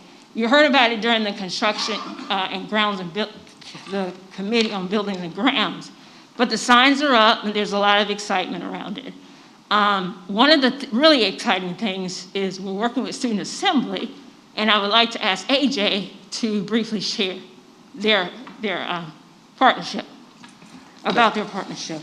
Yes, thank you, Dr. Glover. Essentially, Student Assembly was very excited about this memorial, but seeing that it would probably come during the next year in 2021, we wanted to find something that we could do right now to emphasize our commitment to diversity and inclusion and make sure that this was a consistent first step forward in recognizing our past. So we're working with the Lemon Project, Sadler Center staff, and the like, and basically this is the project that stemmed from Kyle's idea, is that we're going to have staff, students, and faculty submit artwork using documentation and descriptions from the Lemon Project of the enslaved and their duties to be portrayed in the atrium, right, with their guidance, of course, and their selection, and really giving students an opportunity to portray or at least imagine what life was like for them here as enslaved. So this is very exciting, and we hope that we can find ways to continue to do this type of artwork in the future, but we felt that this was a very good opportunity for us to commemorate this space for the memorial to the enslaved, and that we're actively thinking about how they contributed to our success now. Thank you. Wonderful, thank you. Campus Climate also not a dashboard, but just an update on where we are. So our goal has been 40%, and we have reached that goal every year. We decided not to increase the goal this year, just because there's not going to be a lot of spending because of the financial restrictions. I'm struggling with this math, sorry. And so that's another aspect of climate that we wanted to report out, because supplier diversity is very important. Curriculum, you've heard us talk about Call 3, the Call 300 course, which is a diversity, equity, and justice requirement that's being done through arts and sciences. In the pilot year, there are 155 students. who have signed up for this course. Very exciting. You can see the courses that are being offered this year, and there are several other courses that are being prepared for the spring semester. And innovations. So I am very excited that the president has approved and we have implemented a post-bac position that is in my office to help with a lot of the work that we're doing. Her name is Milka Moret. She's a 20 graduate, and she was also the winner of the Algernon Sidney Sullivan Award. She is incredible. She did a lot of great work with Center for Liberal Arts and the Center for Student Diversity. She has already contributed so much to what we can do and to carry it. And so the ability to retain that knowledge is something that's been really good. And we hope that she'll eventually want to go into higher ed too, after she has such a wonderful experience. But that's the innovation. And then I'm going to turn it over to Henry with the enrollment update, and he's going to talk about the last point of strategic work, and that's enrollment of graduate and undergraduate students. And I think we're going to take questions after Henry is done. Thank you.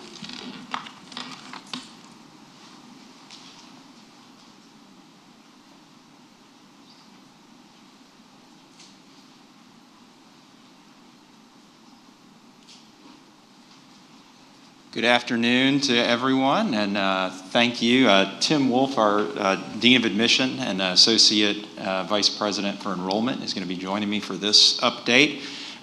Each of you should have at your place a new publication, and this is hot off the presses, is arriving in the mailboxes of high school seniors pretty much as we speak. And I want to highlight three things about it that we're particularly pleased with. The first of which is that this was conceived by, designed by, and executed by a team that didn't even exist 6 months ago. As the board knows well, we created a structure, a unified communications team led ably by Brian Whitson, within which we have different squads with particular areas of focus. And the enrollment marketing squad, led by Justin Schoonmaker from Brian's team, pulled in Mike Bartolotta from Matthew's team, some of the same talent that was behind For the Bold, which we celebrated earlier today, was put into this publication. And so it's really a great execution of that and the kind of thing that demonstrates new kinds of muscles that we didn't have before. Second thing I would say is it's really the first piece that has leaned in on the findings of our positioning study and brand platform work in order to really position William & Mary as the research shows us will be effective with the high school market. And then lastly, I would say this was informed by pandemic. And one of the inserts in here is an illustrated map. There was thinking that went into this about how can you offer some sense of place to an audience that has not had the same opportunities to visit campus and participate in in-person programs that are the norm that Tim's team leads. So that kind of collaboration is a real success and one that we wanted to fill you in on. We've already said February seemed a lifetime ago. Just two framing slides here from that February discussion where we established with the board an enrollment growth strategy. It's interesting that in some ways the conditions and the challenges then seem quaint to us now. My role, as Vice President for Strategic Initiatives and Public Affairs, primarily is to optimize our traditional revenue and to look for new revenue opportunities. And enrollment is a critical lever for the former. The kinds of headwinds that we knew we were facing, again, are really quite modest in comparison to what we immediately encountered and what was the set of conditions under which recruitment for the class of 2024 really proceeded, which was the pandemic. And although Tim is going to give you a deeper dive into some of the specifics about that class, I wanted to start by just showing you a couple of data markers to show how unprecedented this year really was in the admission and enrollment world. I think this is the point where we would all hold up those coffee mugs that say, I miss precedented times, because when we look at something like summer melt, the number of students who submit an enrollment deposit but ultimately do not matriculate at William & Mary, the aggressive waitlist activity, certainly the pandemic conditions and other factors meant that was much, much higher than anything that Tim or I have ever seen before. Additionally, deferred enrollment was a much more popular option.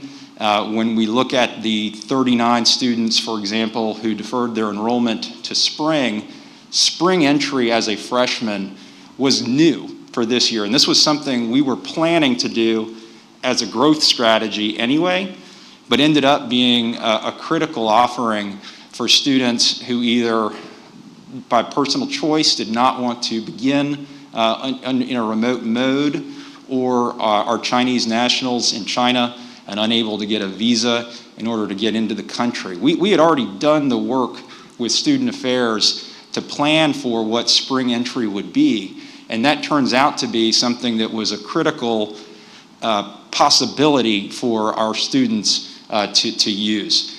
Additionally, as you see on there, we have 37 students who have deferred their enrollment to next fall. That actually gives us a head start, and a much bigger one than would typically be the case on the class of 2025. This was the strategy that we set and then shared with the board back in February to phase up to 150 new students per year over a 4-year period.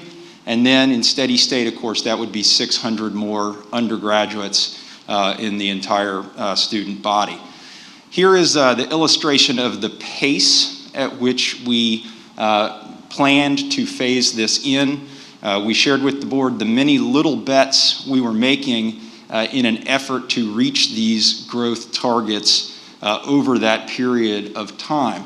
And I'm pleased to be able to say that in year one, things look pretty good. What you see is that Tim and I are forecasting that we will end up, when we get into the spring semester, actually exceeding the growth target. And that will be through the entry of these spring students who really are kind of in two different categories. We have that group of 39 that deferred their start. They were admitted for fall. They elected to defer their start to spring. And then additionally, we offered a pathway to start in the spring to waitlisted students. This was one of those new strategies for enrollment growth. And the majority of those 45 are going to be coming to us from 2-year colleges. That was one offering.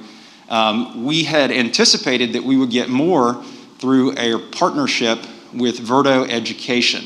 And to remind the board, and recognizing we have some new board members as well since then, Verdo is a partner that really fits William & Mary. And what Tim's team was able to do was to say to our waitlisted group, which is a very strong group of students, if you want to come to William & Mary and would participate in a Verdo program in the fall and then defer enrolling here on the main campus until spring, we will guarantee your admission subject to meeting continuance standards on these Verdo programs. What Verdo offers are study abroad experiential programs, 6 of them across the globe. The picture here is from their Fiji, New Zealand, and Australia field study program.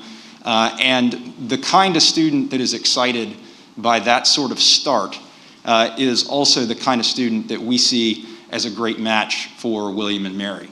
Verdo will match Pell Grants and provides some aid in order to try to extend the experience of a gap semester or gap year experience to a broader segment of high school students than those who currently pursue these kinds of opportunities. So even though the pandemic made it really next to impossible to get Americans abroad this year, this is still something we see as a great growth opportunity. We will be getting about a dozen of the students in the spring through this pipeline, but we see that as one that's going to continue to grow. And I would also say that since executing that partnership, it's a partnership that also is going to benefit Richard Bland College, which will be the transcripting and financial aid processing partner with Verdo for not just the students that come to William & Mary, but for a bigger group of students overall. So that's going to be revenue generating for them, a good match for Richard Bland, and a great pipeline for William & Mary. One other thing before I turn it over to Tim, just in the spirit of partnerships externally, is that although we're not prepared to announce it just yet, we are going to be a partner with another major organization that is going to help us on the enrollment growth front, and in a way that will be responsive to our diversity and inclusion goals, both racially and socioeconomically. So in the next few weeks, we will be rolling that out, and I'm very excited about it and want to tease it now, just as another example of those little bets for things that we've been exploring for a long time have become more crucial than ever under pandemic conditions, and ultimately are the very strategies that we believe will help us achieve that enrollment growth goal. So with that, I'm going to ask Tim to give you some more details on the class of 2024.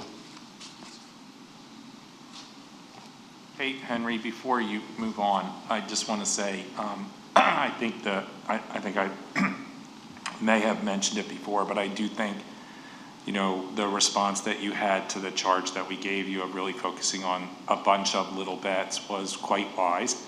While some of those little bets had little return this year, I think, you know, we will really benefit from the relationship. So I think it was a really thoughtful and creative way to, you know, get to that number, and I appreciate how responsive you were to that. Thank you.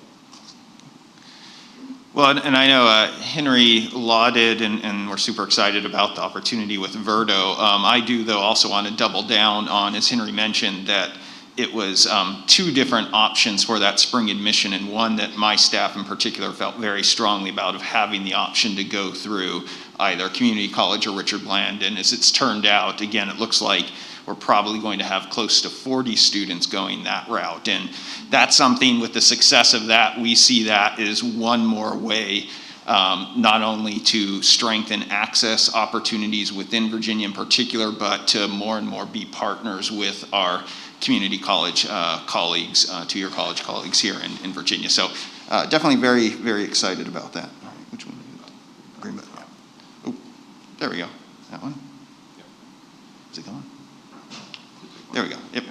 All right, so those of you who have seen me do this song and dance every year, you know, usually when I start this presentation, I have a wonderful, beautiful picture of us at opening convocation, which is perhaps, without a doubt, one of the most important dates, I think, for all of us in the community here, but especially for my admission team, when we get to see the class as a whole walk through Wren. So as we all know, it was ended up being vastly different than we anticipated, but included this, which is just a snapshot from some of the social media kind of congratulations and appreciation and welcoming. And while it may not have included the students actually walking through together the Wren building yet, I think it's a powerful reminder of just how strong that sense of community and belonging is. And I know special thanks in particular to Ginger and her team and all the work that they've done as we've handed off the students to them. And I think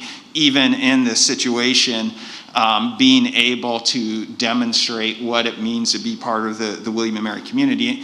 And the reason I always start off with that is I think all too often admission and enrollment inevitably falls into data and numbers and statistics. And I think it's always important that we recenter ourselves and remember the stories, the people, the students who are behind that data. And I think that kind of visual always is a great way to start that off. So with that said, as we kind of jump into some of the data, this is a representation over the last 10 years for the applicant pool and highlights both the overall and then the in-state and out-of-state. And for those of you who know that the last decade, we saw just with the increase in high school graduates, a kind of significant ongoing increase in applications. That began to plateau in the last part of, or middle to end of last decade, and then started to trail off a little bit. Some of that initially was buffered by applications in particular from international students. That is something that I think will probably come as no surprise to anyone in this room, has seen some significant changes in the last 2 years. In fact, even within our applicant pool alone, we saw a drop in applications from international students of about 16% last year, and I believe it was about 23% taken over the last 2 years. So that certainly has played a significant factor for that. Now, with that said, and as I think Henry alluded to in talking about the strength of the pool and the students, it's still, we're very fortunate to have an incredibly strong applicant pool. That's always one of the nice things I think about the William & Mary applicant pool cohort is I like to believe it's a very self-selected group. And people who apply and look at William & Mary have done the research and I think often see themselves, and correctly so, as a great match for the place. So this presents some of the numbers, and as Henry talked about, we've got an asterisk by the actual class size for 1525 this year, as this university put in place flexibility and options to accommodate this entering class. We like to think that this class, although officially it's, I guess, technically in the books for fall 2020, the reality is that actual class will still be showing up in the spring. And as Henry alluded to, with both the students that deferred to the spring and then also the students that will be joining us through the waitlist guaranteed admission path, that we hope that when all is said and done, we'll get to closer to 1,580 students who sort of represent that class. Now, I will again say this is another one where we know among those students who have deferred for the spring in particular, there is a significant number of those students who are international students, and I think that still remains a question mark for us as we approach the upcoming spring.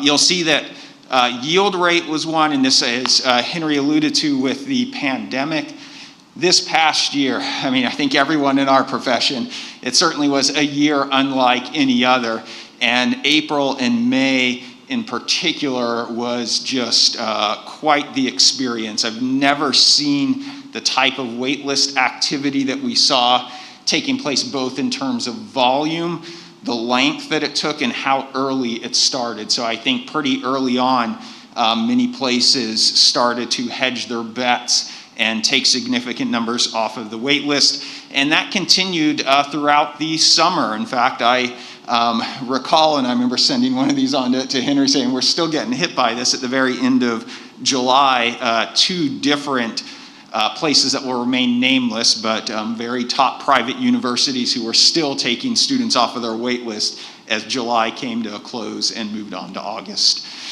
With all that said, and to the point I made a little bit earlier, the academic profile of the entering class is as strong as ever.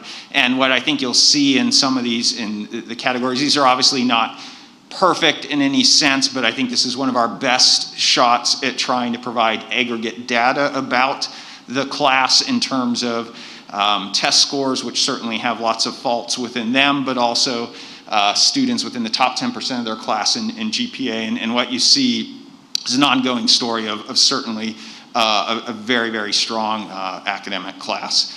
As we look into the breakdown of the class by some key demographic statistics, the in-state, and again, I think this is one that probably does not surprise anyone in the face of the pandemic, that you had more students, be it in Virginia or outside of Virginia, decide to stay closer to home, and I think we certainly saw that play out.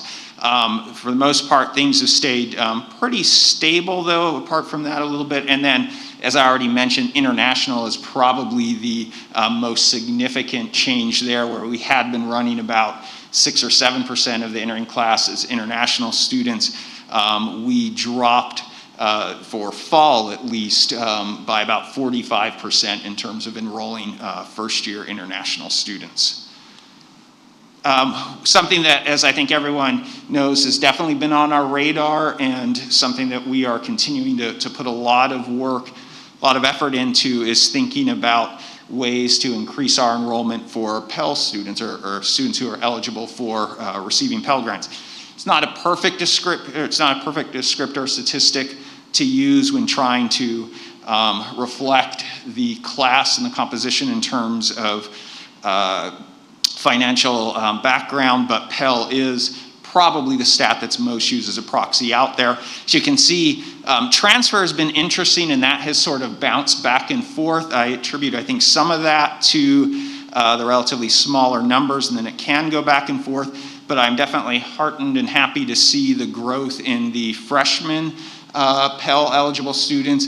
Again, I think probably part of that a little bit is attributed to a higher percentage of in-state students. And as we all know in this room, what we can do in terms of financial aid for in-state students is significantly different than for out-of-state. And I think this slide really drives that point home, in that whereas for our overall percentage in the entering freshman class, we're at about 11% for freshman Pell.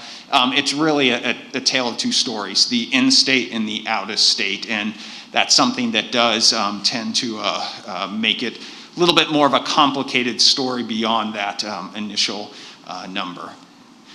So with that said, the other part is, well, we talked about wanting to take a little bit of a dive into the class that just showed up or is continuing to show up through this year.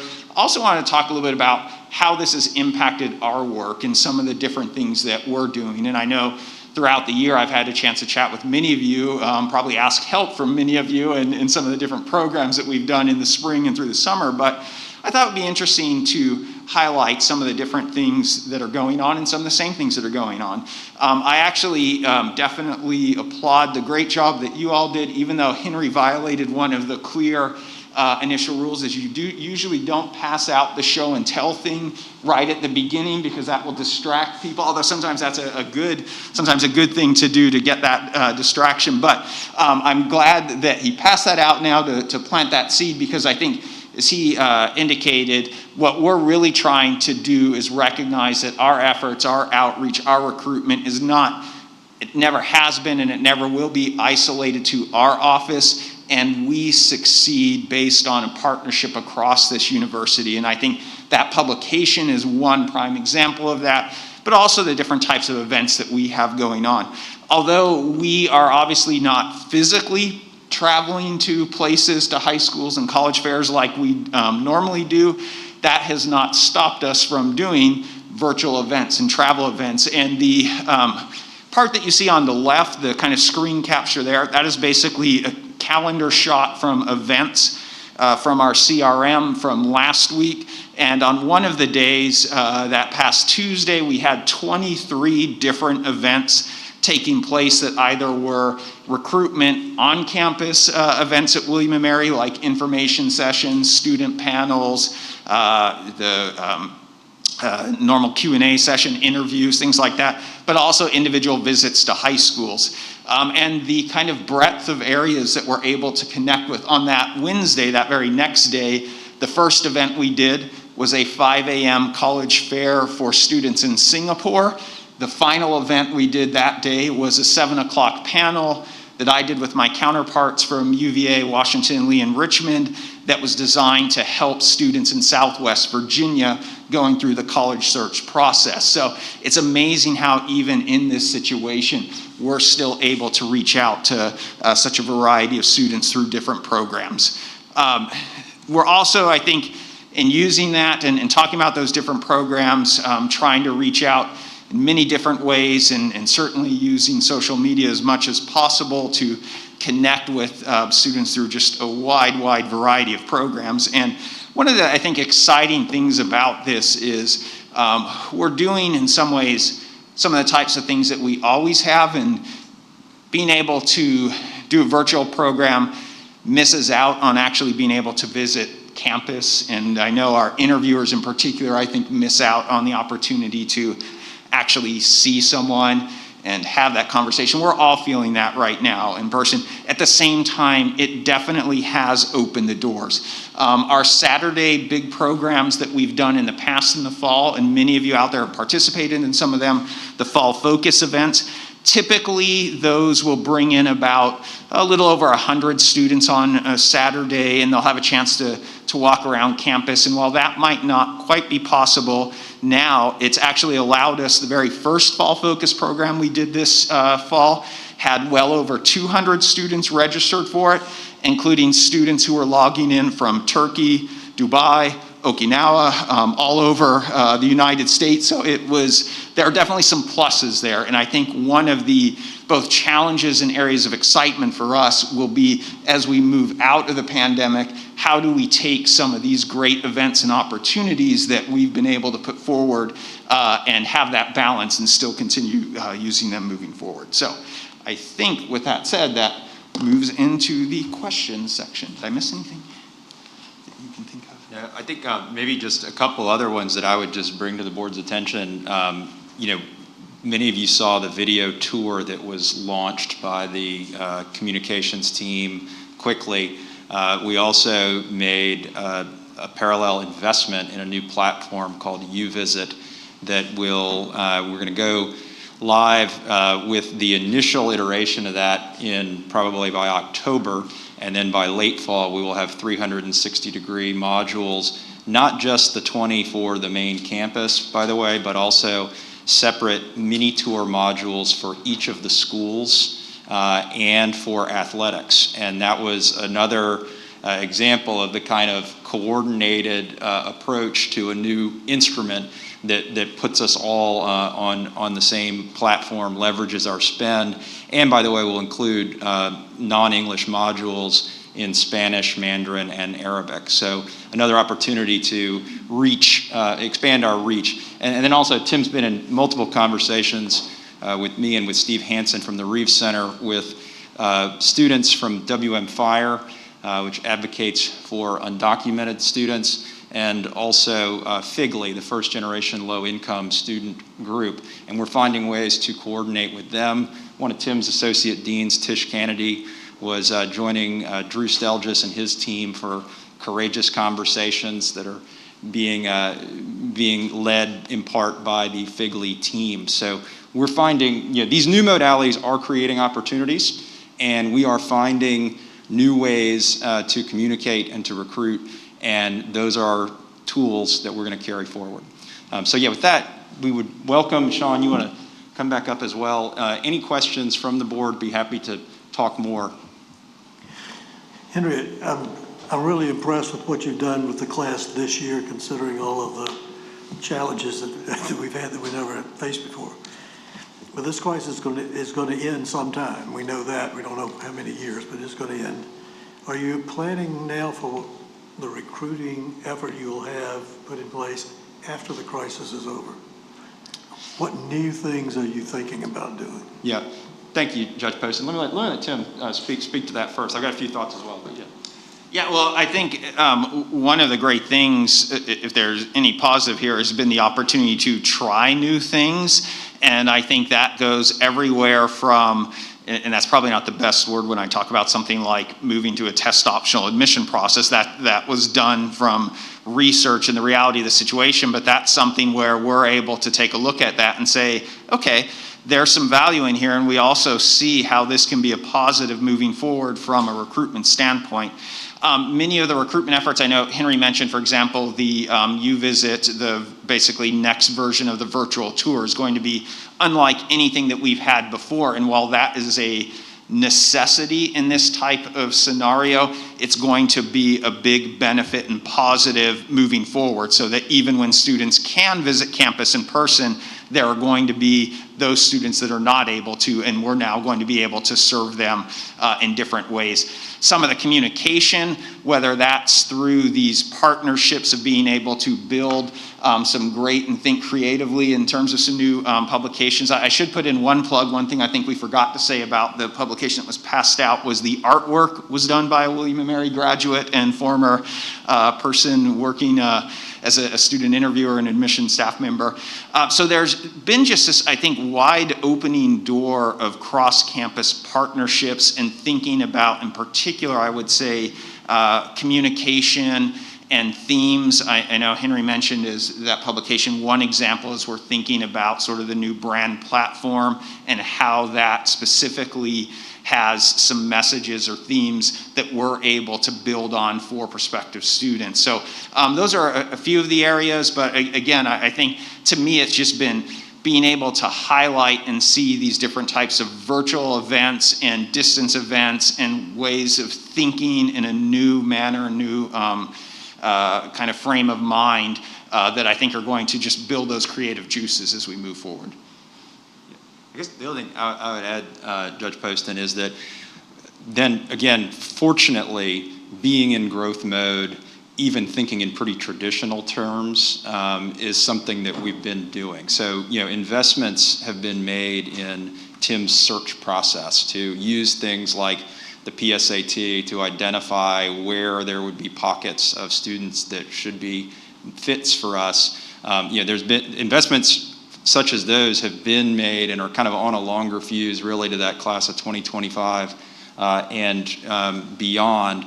And so I think it's a combination of some of those things coming to fruition, some of the ongoing discussions Tim and Joe DeBroda, who's the Director of Financial Aid, is in the room as well, continue to have about what could be done on the financial aid side. One, we always want to get more resources. We need more scholarship resources, especially out of state. But it's also, I think there's room to think about how we deploy the resources that we have. I mean, one thing that was Tim's innovation, it's in this cycle, I believe, where fee waivers for any student who is a first-generation student, if you just identify as a first-generation student, you don't even need to use a need-based fee waiver of any kind. I think there are still a lot of ways we can think in terms of how to use those resources to continue to grow in that smart way.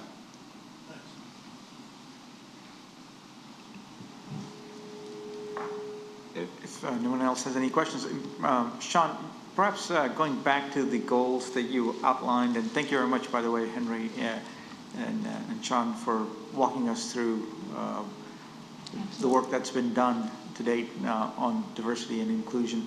I know we saw the retention data, we saw the new hiring data. Perhaps you could also speak about some of the retention data and hiring data. It looks pretty impressive. We're headed in the right direction, both from an absolute numbers perspective as well as a percentage perspective. But any comments on the retention side? Sure. I would ask that you allow us to wait until the November when we can dig really deep in that and have the updated information from the dashboard. But definitely, the retention efforts that we're working on now are really trying to implement the exit interviews and try to figure those things out. And it's really difficult to deal with retention in this sense because COVID-19 has just changed everything. And so the numbers, the data itself will be available in November. Great. Can I just make a quick... Mirza? Go ahead, please. Mirza. Please. Can you hear me? This is Victor. Hey, Victor, please go ahead. Yeah, I'm sorry. It was hard to get off of mute before Tim and Henry finished. I just wanted to ask about that number of students of color. It seemed kind of high to me. What defines a student of color for William & Mary? And do we have specific data for Black, African American, and Hispanic Latinx students?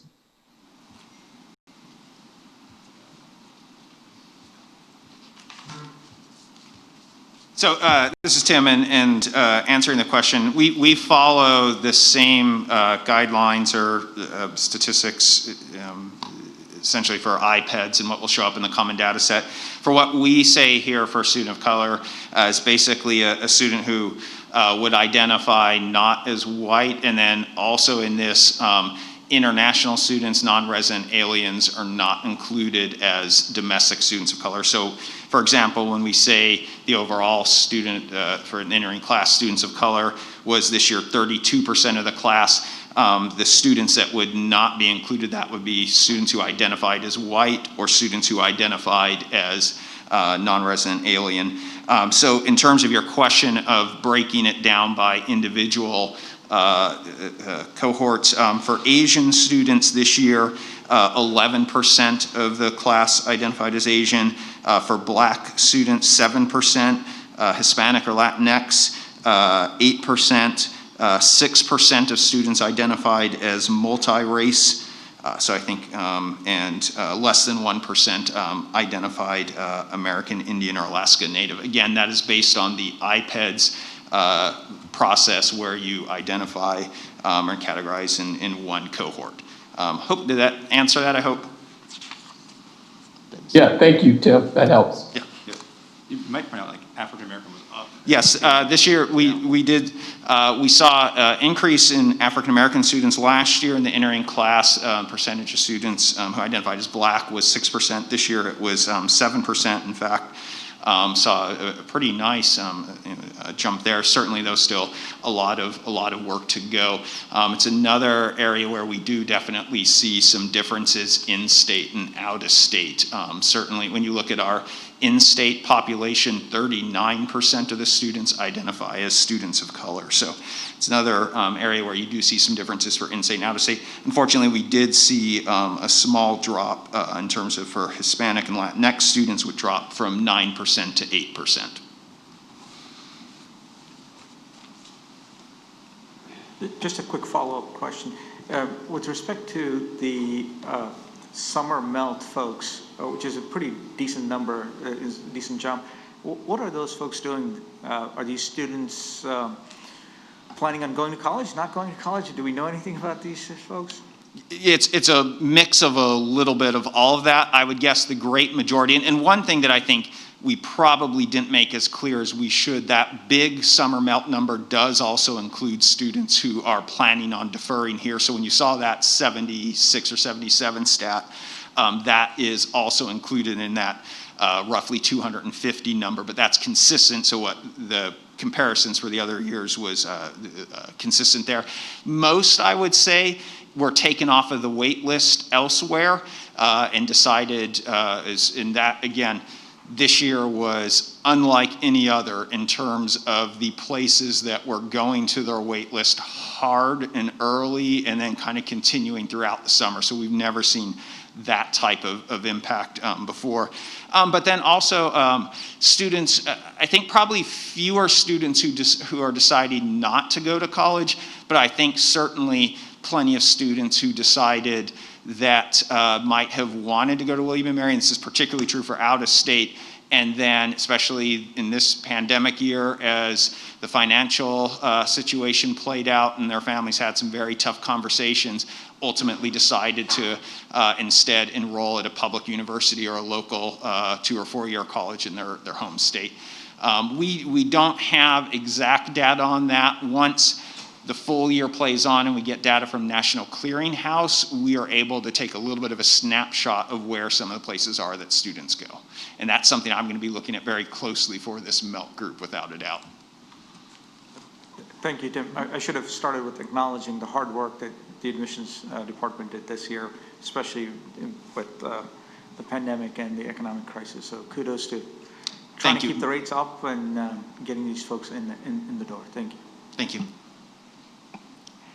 I have a question on the topic of enrollment. What are we doing to promote William & Mary to BIPOC, Black, Indigenous people of color? What does our plan look like for that? Can we just talk about that in some detail?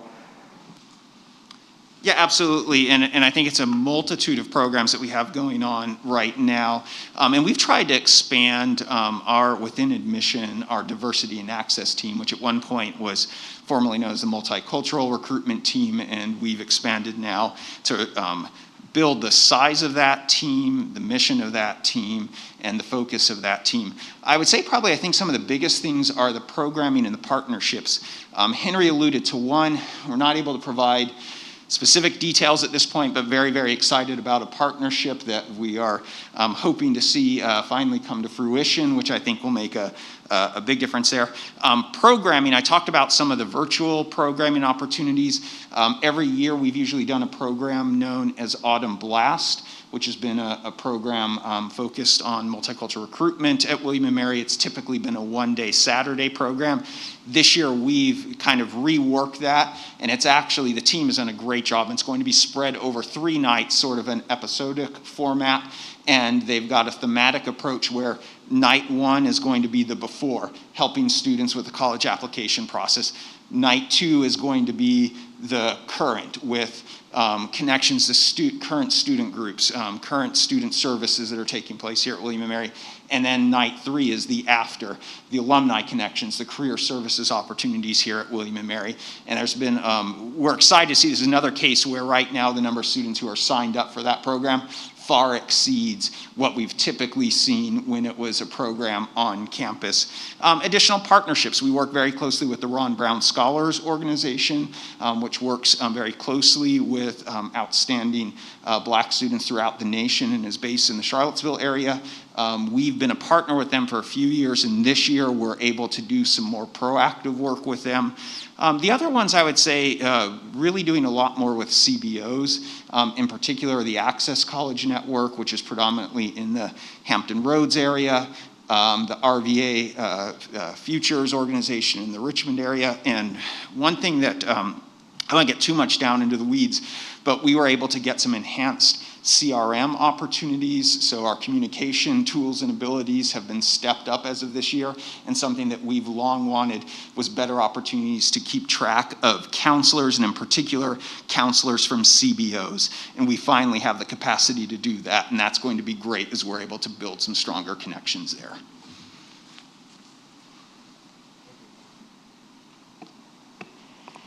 Mr. Chair? Yes, please. Yes. Just wanted to, I have just a comment of appreciation for Dr. Glover for grounding innovation. I mean, you're hearing this actually as a theme through the whole presentation.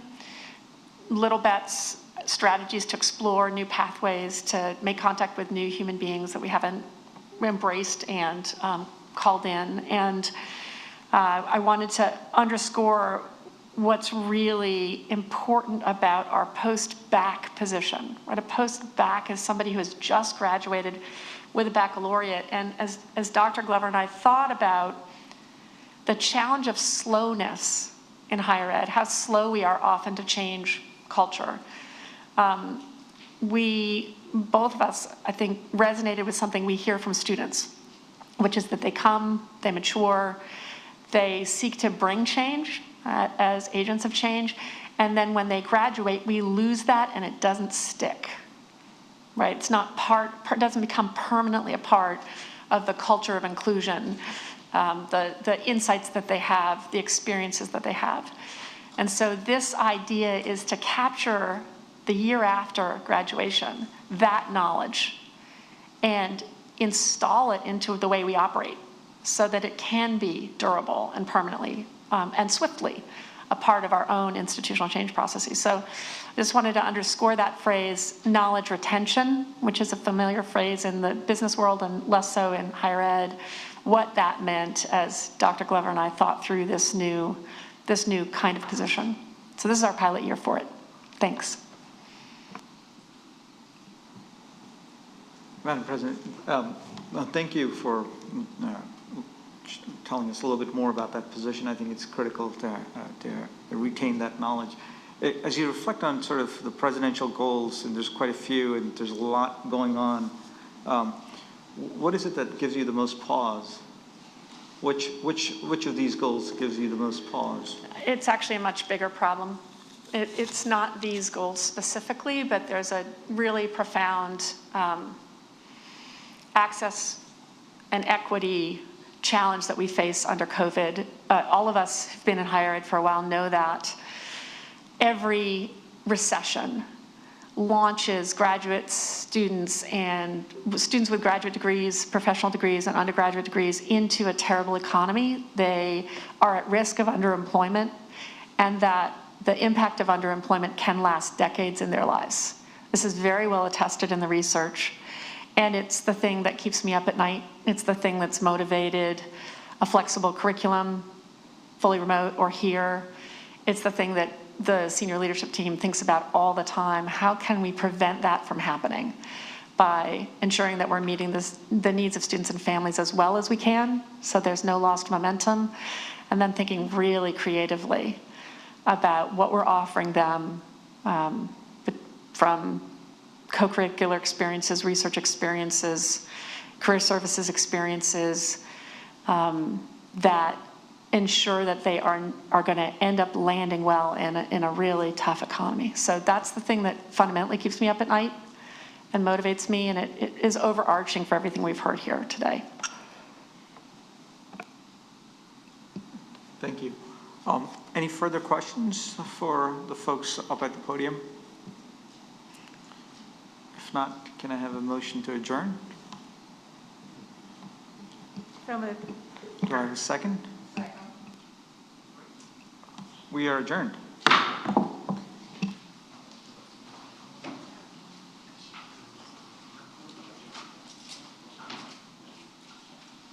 Thank you, Mirza. Thank you, Tom.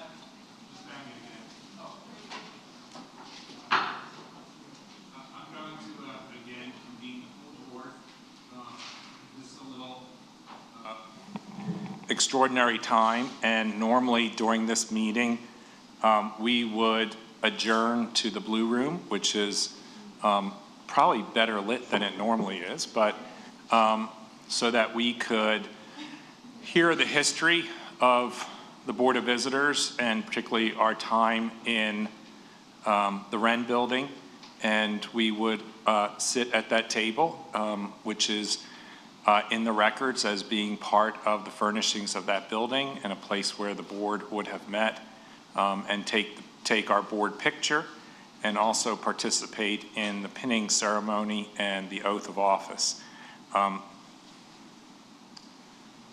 Dr. Kerr is not here, so I will not even attempt to do justice to that room and what it is, but it's a really meaningful part of being on the board, symbolic and meaningful.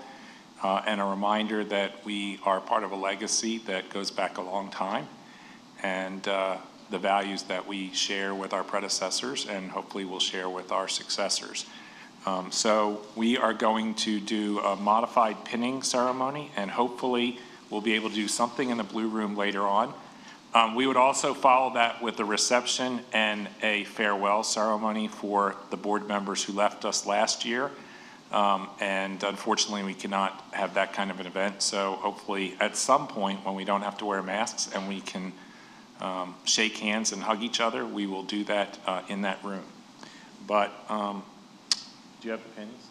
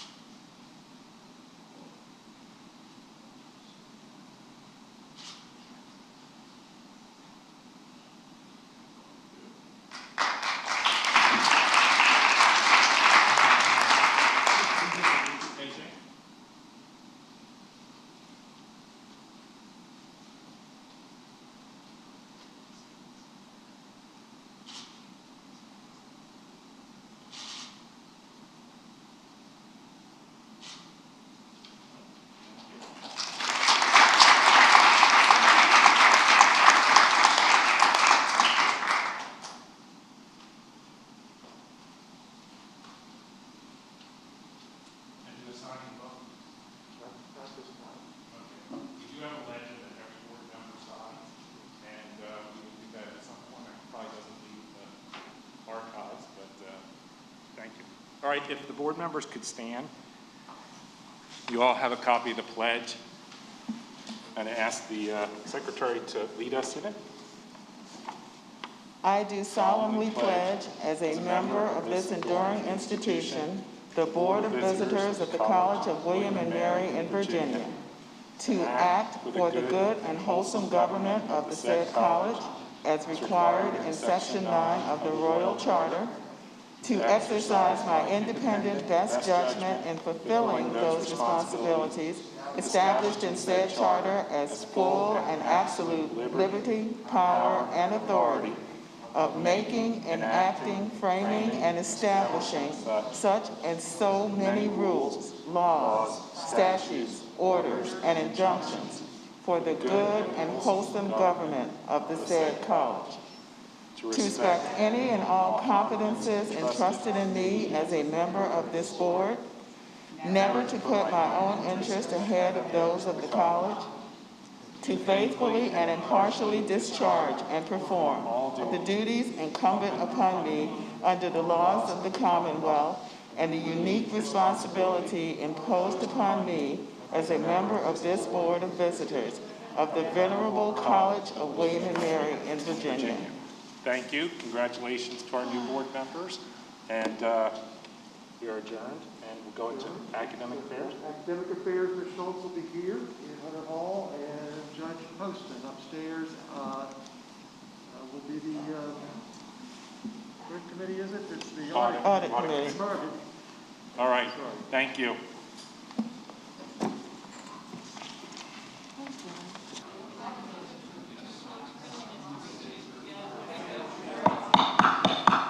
I'd like to call the Committee of Academic Affairs. I'm Karen Schultz as chair. My co-chair, whom I very much enjoy working with, will be coming back into the room shortly. I very much appreciate everyone's being here as they can, and those who are on the phone. I'd like to welcome those who are present and those who are listening to this meeting. I do want to first say how profoundly thankful I am to the faculty, to the staff, students, and the leadership of William and Mary. During these unprecedented times in the world. I acknowledge the remarkable work and effort that's going on to keep us safe and yet achieving, learning, and growing and inspiring during this time. So I thank everyone for all their efforts on this. I also acknowledge the changes that have had to take place to deliver a superior education, and thank you for everyone to do that.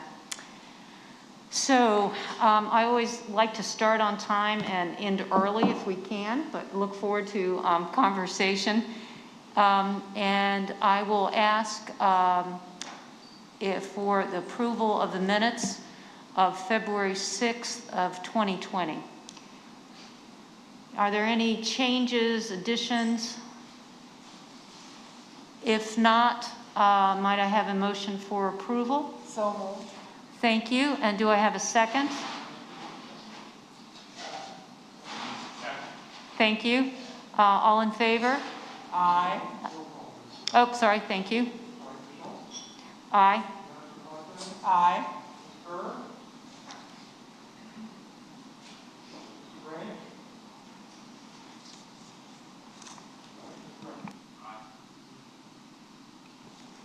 All right, thank you. Next on the agenda, I wanted to acknowledge again the hard work of our provost during this remarkable time, and I'll turn to her for her report.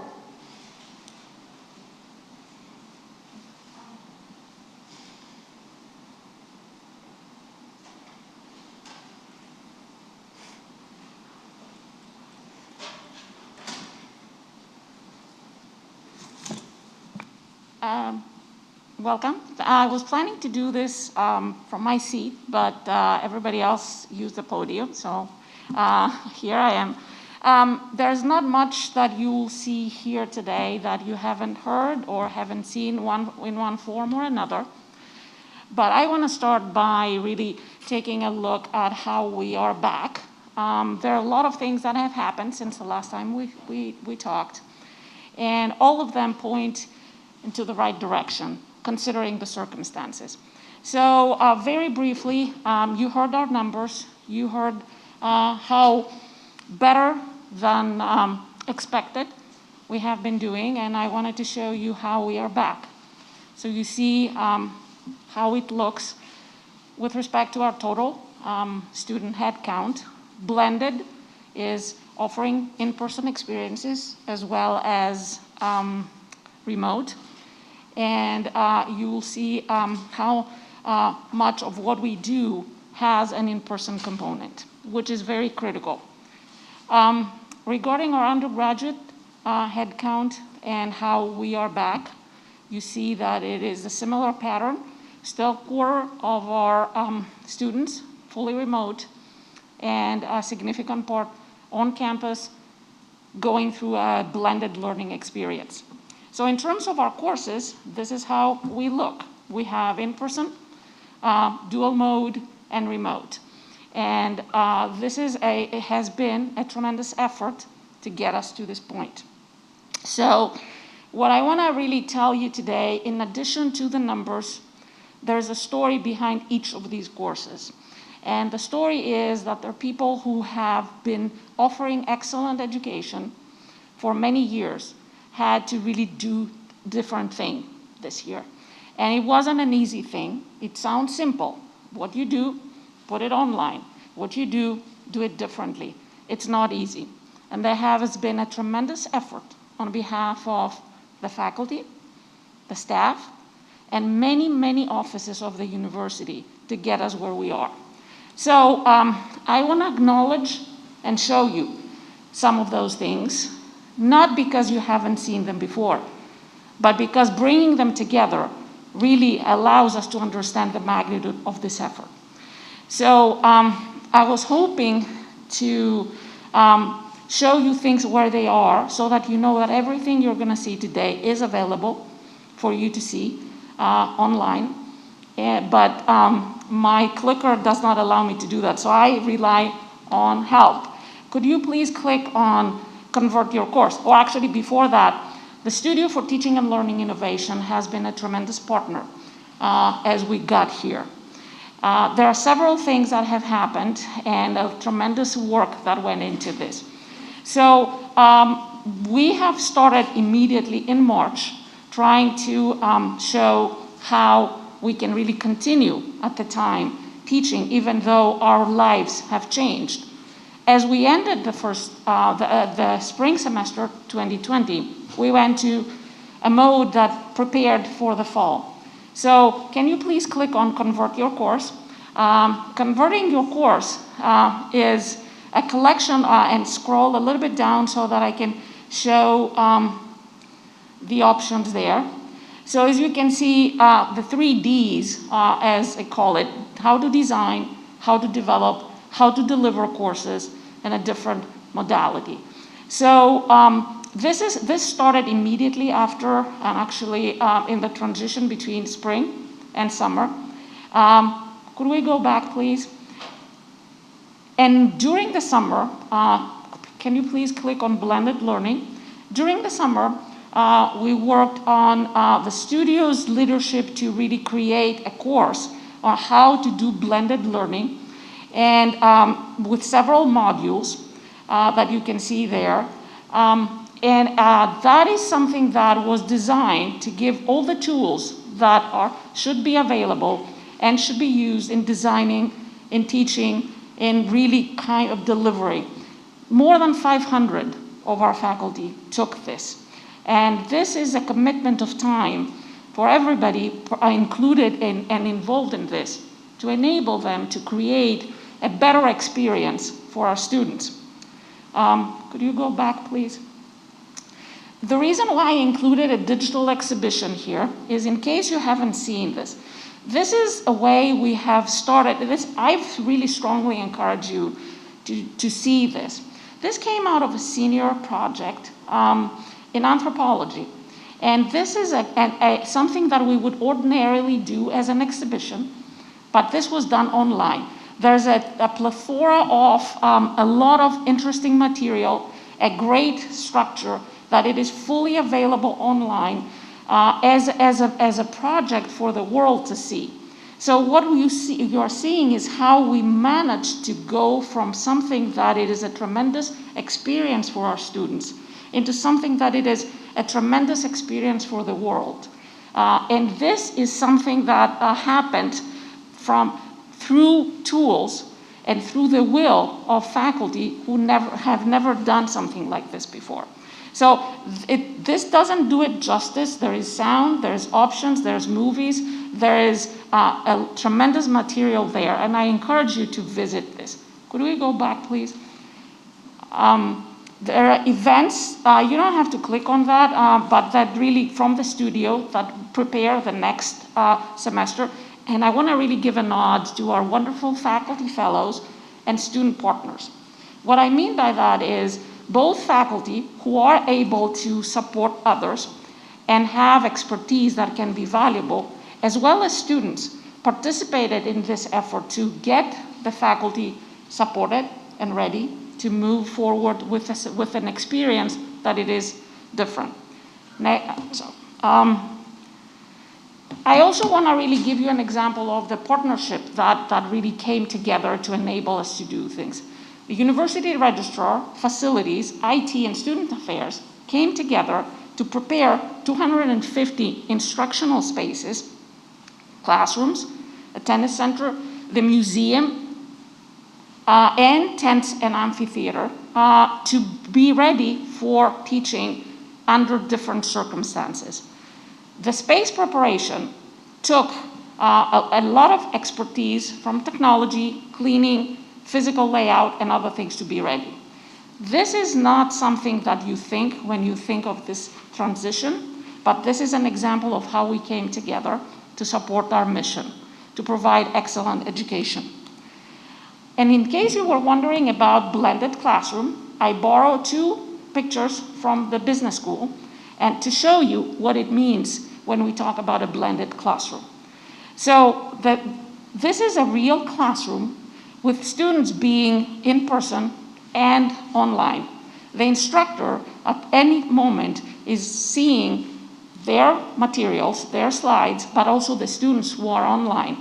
The other students who are there also see their fellow students. So what that creates an environment which is not the same as we have ever experienced, but at the same time creates a cohort of interaction and learning from each other.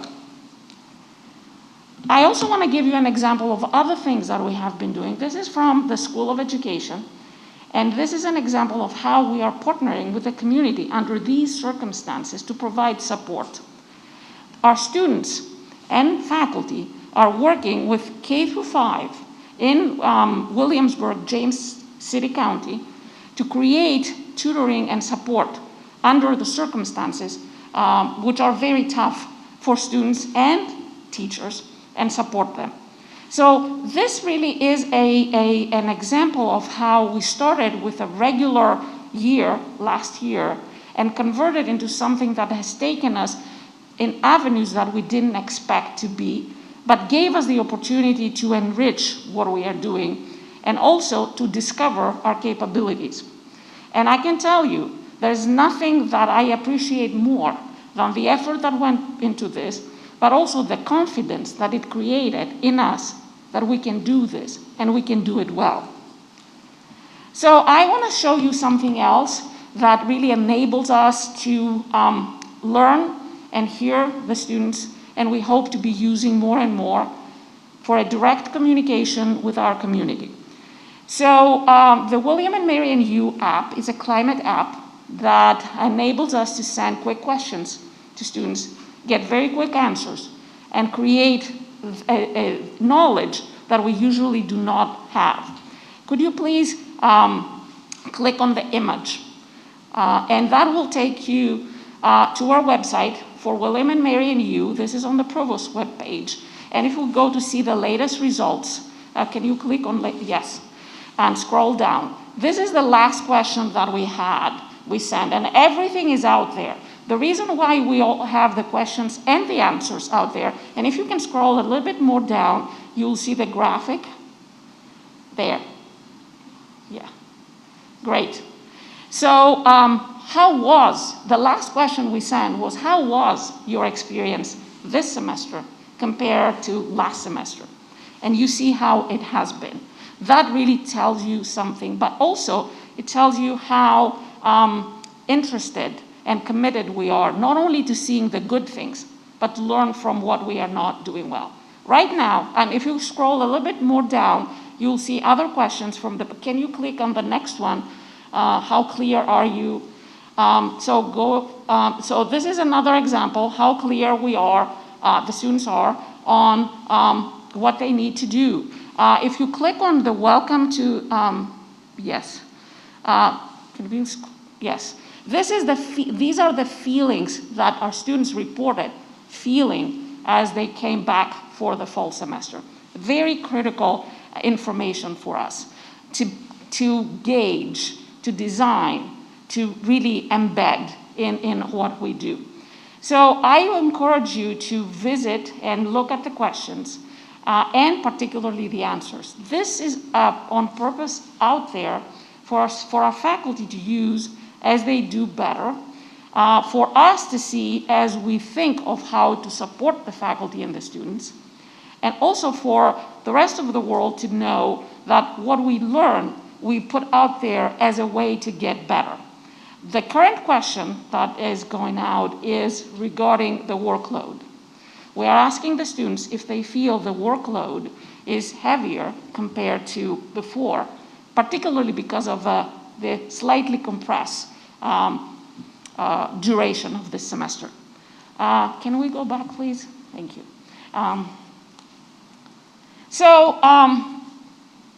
The path ahead. So we are, as I mentioned earlier this morning, in a situation where we're still supporting and feeling confident about this semester, assuming health constraints do not worsen.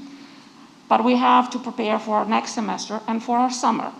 So right now, where we are at is that our next semester is going to be similar to the semester that we have, assuming that there are no adverse conditions or worsening conditions health-wise.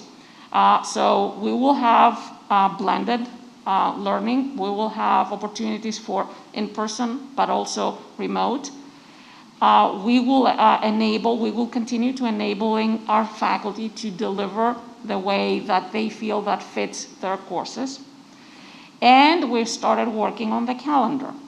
Right now, our calendar is not ready to be announced, as the president said, but we are considering how we can do a semester where health concerns are really taken into consideration, that we provide wellness opportunities to our students who are burdened by this pandemic, and to our faculty, and how we plan for 2 commencements, which will happen in May.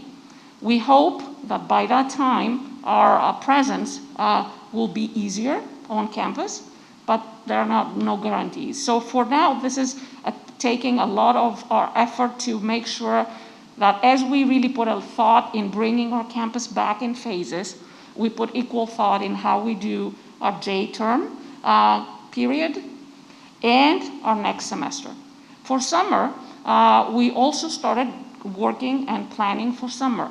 Now, our summer semester is hopefully going to be an experience of varying or multiple ways of delivering knowledge. We expect to have courses.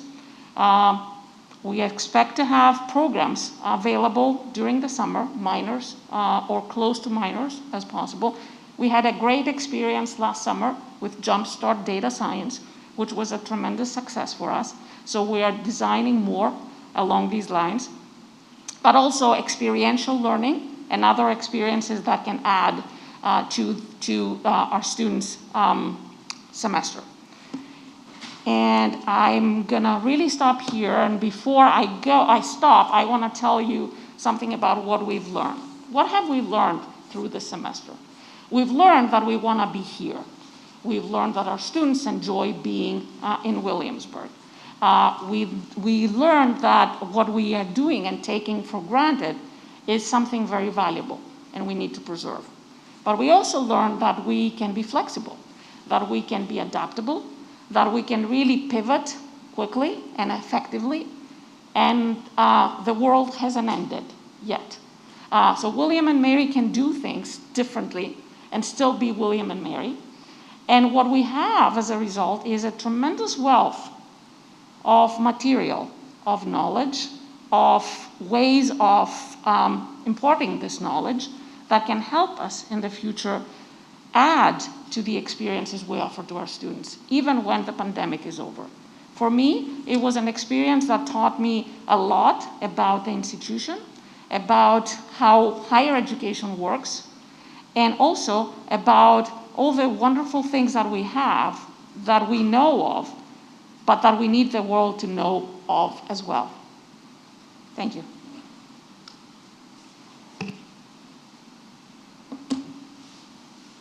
Questions?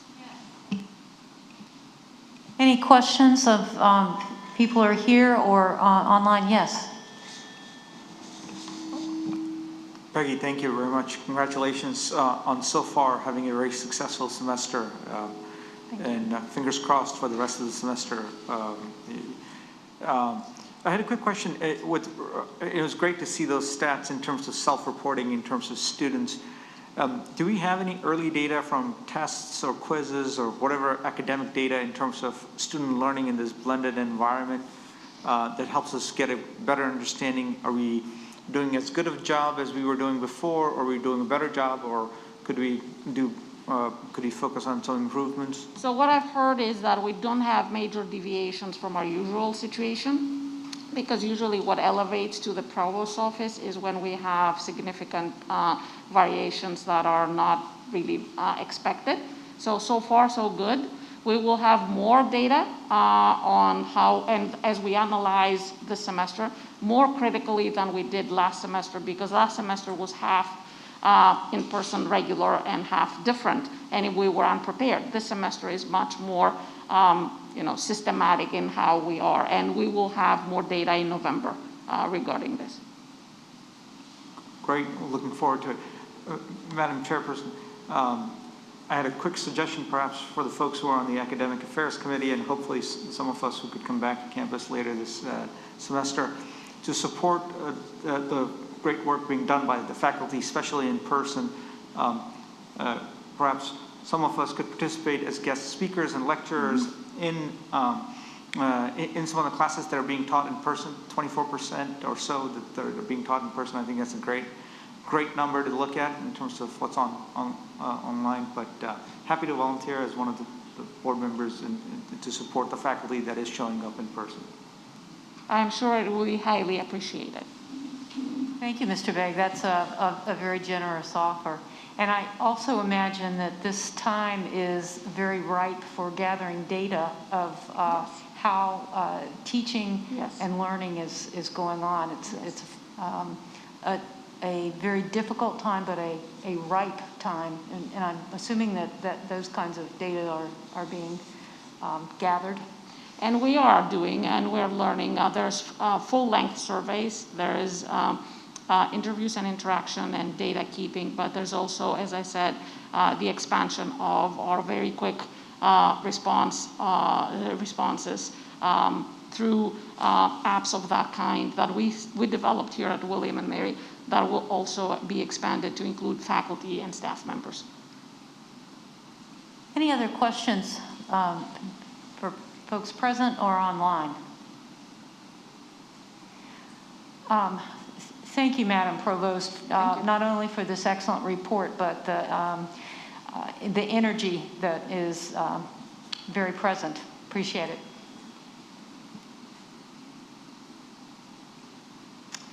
The next item on the agenda, we were to hear from George Grenia, Professor Emeritus, about the upcoming Phi Beta Kappa celebration. We did receive an enclosure. Dr. Grenia will be here tomorrow, so he'll be able to report out on this. But I do commend your making sure that you've read the enclosure about this marvelous opportunity that William & Mary has in the few years from now. But planning is going to begin. Now we are moving to the Faculty Liaison Committee report, and I so appreciate Dr. Mark Brush being with us. So, Dr. Brush. Would you like me from here, or would you like me to go up front? Wherever you're most comfortable. It's a short report, so I'll just stay here if that's okay. And thanks for having me. I'm delighted to join you for the year as Vice President of the Faculty Assembly. As really the most important thing that I can report on behalf of the faculty is that despite pandemics and all the challenges that have gone along with that, as the Provost said, we are deep into a successful fall semester so far. We're doing what we do best, and it's gone very well. Certainly a compressed schedule with students coming back at different times and having to pivot to these various combinations of remote and blended learning has created challenges for us. Obviously, it's created pressure both on faculty and students alike. Their students have had to adjust to that as well. That said, we don't have formal surveys yet, but based on talking to our colleagues and hearing how it's going, it seems to be going very well indeed. So we've been having great success in the classroom and with our students online. Personally, that's been my experience. We have faculty stepping up to some unique challenges. So in addition to all the other things you've heard about, we have faculty who have had to add extra sections of their classes to accommodate students either stuck at home, overseas, particularly needing particular prerequisites to be taken so that they can still graduate in time. And so there's various challenges that have come up, and faculty have been stepping up to that to take care of our students first and foremost. And as you just saw from the Provost, I was going to report this, you stole my thunder, but the survey you saw, students seem to be responding very well to what we've been doing in these new modes of learning. And just to underscore the numbers, they bear repeating. 67%, 2/3 of the respondents said that the experience is better or much better than it was last semester, and a full 80% said it was at least as good as what we did in spring. So I think we're doing very well. That's undergraduate education. I'm at VIMS, I'm in the graduate program. Certainly all the graduate professional schools are running along very well too. The delay we had with some testing kits for the graduate students did cause a little bit of a delay in starting the semester for at least education and law, but everybody's well underway now.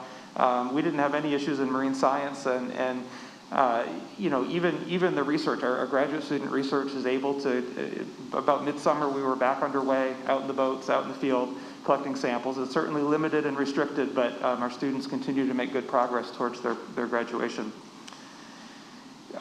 All of our 5 schools, the faculty are very committed to, despite all the issues with the pandemic that require most of our focus, we're all also committed to making important strides in diversity, equity, and inclusion this year. All the schools are working on this. The most significant advance to let you know about recently is that Arts and Sciences recently changed their bylaws to create a permanent standing committee on DEI. That's, of course, in response to the current events and the political climate. So the faculty in all the schools feel this is important, and in fact, Arts and Sciences has already been able to conduct nominations and elections to fill that standing committee. Since I'm at VIMS, I can't help but brag that we are moving ahead. We're very excited. We're recruiting for our new Masters of Arts in Marine Science, our new program for professionals not pursuing a career in research, but pursuing a professional education to inform something they're doing in policy, law, education, some related field. And we're hoping that becomes the basis of many of our new programs. And just finally, I wanted to let you know, you probably heard last year that the Faculty Assembly, our Academic Affairs Committee, was conducting a year-long look into how we evaluate teaching at the university. And that is almost done. We have a white paper that's almost together. And of course, this year, we're probably not going to do much with it because we've got all the other things to deal with, mostly given the pandemic. But that will stay on our radar next year. We intend to take that up and have a thorough look at what the committee found in best practices for evaluating our teaching. So thank you. Thank you very much. Are there any questions, both from here or anybody online for Dr. Brush? Well, please extend our appreciation to, of course, the BIMS faculty and all faculty, and thank you for joining us. Appreciate it. The next item is institutional accreditation and effectiveness report. Susan Bosworth. And thank you so much for being here. And I appreciate the opportunity to. Yes. I appreciate the opportunity to review with you some changes in the state council policy. This policy is the one that deals with. May I ask, could you start over so those that are listening on the Yes, phone? I'm sorry. Yep. And how do I forward this?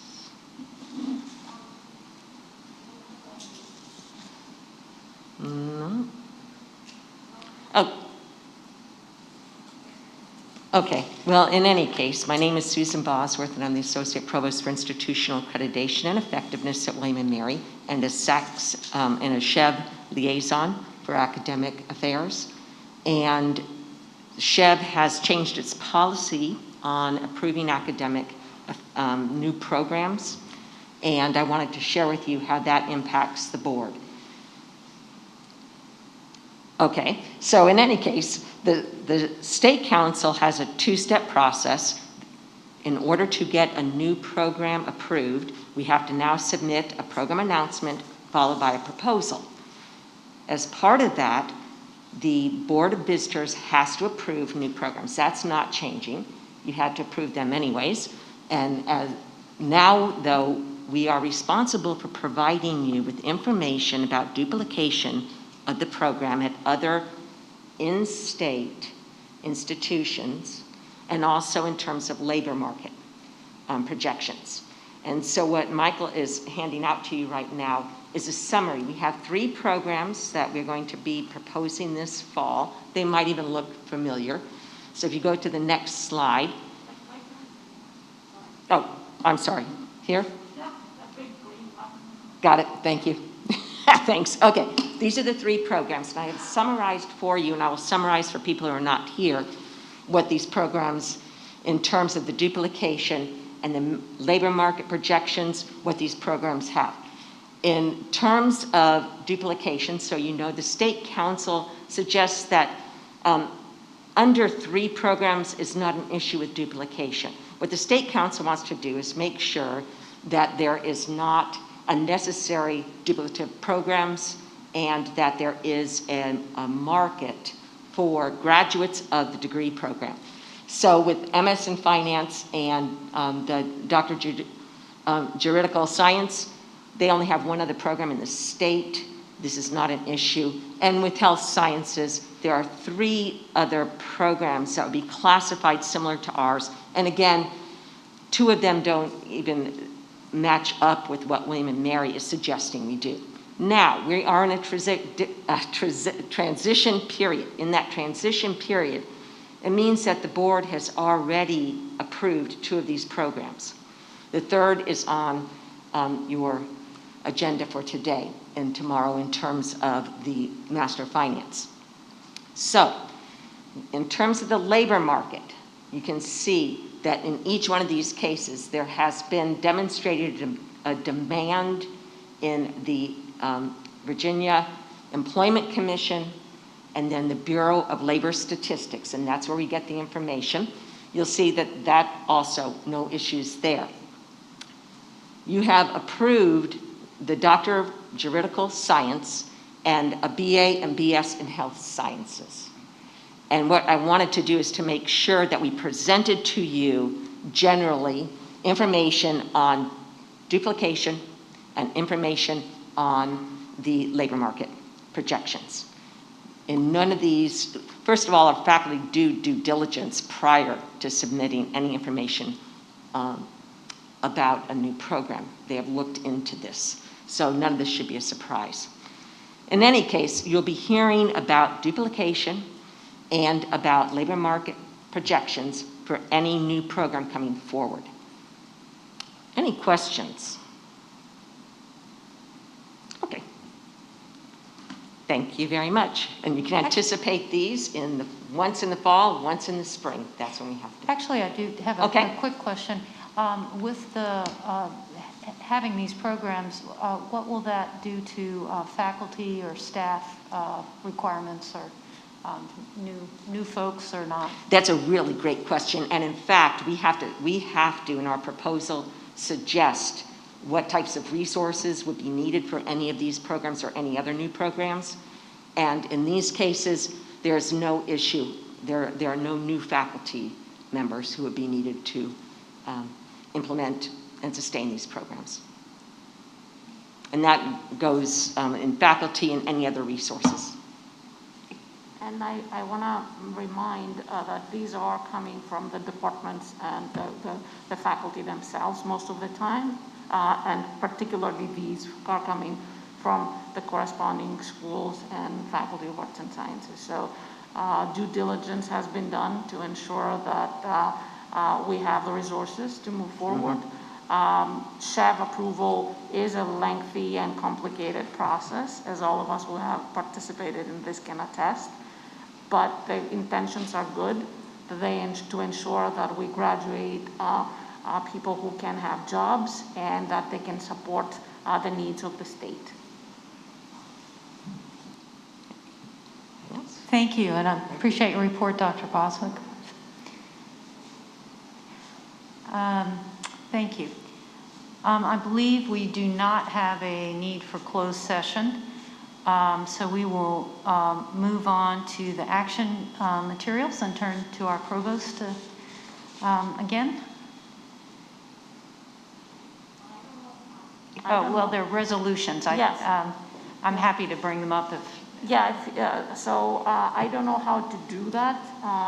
We have several resolutions, and should I really go through them now? Or?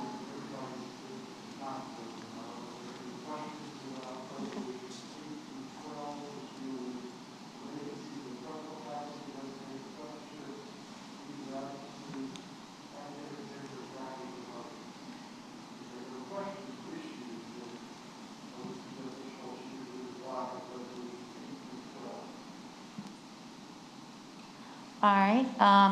Do I have a motion? Are there any questions? Do I have a motion to move resolutions 8 through 12? So moved. Thank you. And a second? Second. Thank you. All in? Okay. Aye. Aye. Aye.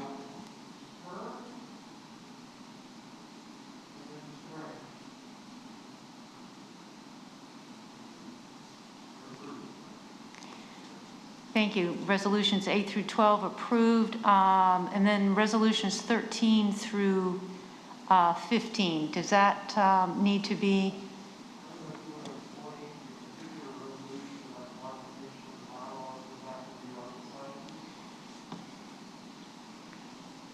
Is there any? Yes. If you'd like, I could explain very briefly. David Armstrong. Yes, Dr. Armstrong, thank you. Actually, could you come to a microphone? So, thank you. We appreciate your stepping up to do that. Sure. David Armstrong, President of the Faculty Assembly, former President of the Faculty Affairs, or Chair of the Faculty Affairs Committee of Arts and Sciences, which drafted these new bylaws. There are two changes that were very minor, which is just how certain committees would be allowed to elect their chairs, but the substantive change is the creation of the standing committee that Professor Rush already mentioned on diversity, equity, and inclusion for arts and sciences. We felt in response to the Race and Race Relations Task Force and recent events that arts and sciences needed to have a standing committee on these issues that was elected, that involved staff, faculty, student representation, and this puts it into our bylaws. Are there any questions? Yes, I have a question, actually. So I was just curious how this committee differs from other committees that are present at the college, both at the college level and the departmental level.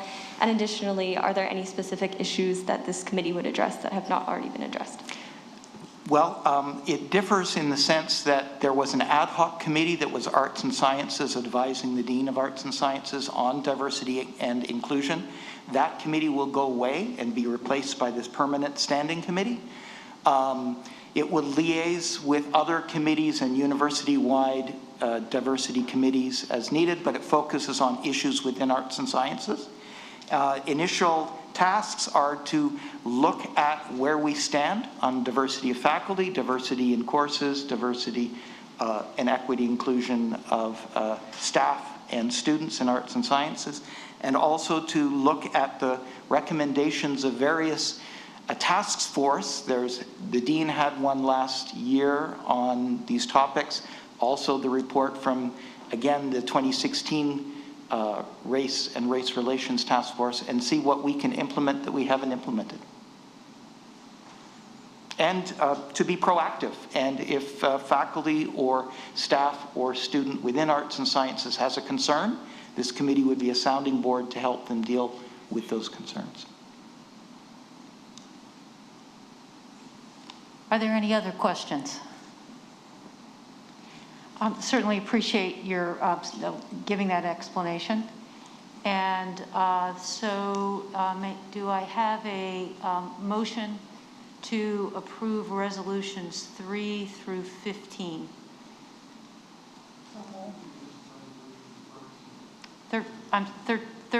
Just resolution 13 needs the vote? Okay, sorry. Do I have a motion to approve resolution 13? So moved. And a second? Second. All right. Roll call. Aye. Aye. Aye. Aye.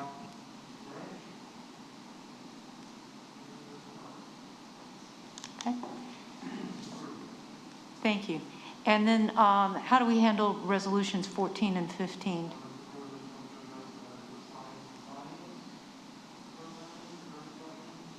Okay, so, right. So in other words, separately. Okay.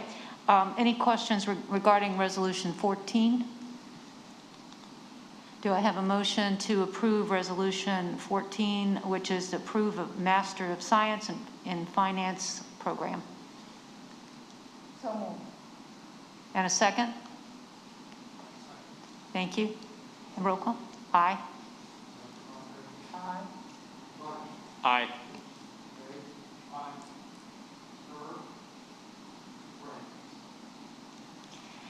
And finally, do I have a motion to approve resolution 15, retirement of John Charles, Department of Kinesiology and Health Sciences? So moved. Thank you. And second? Thank you.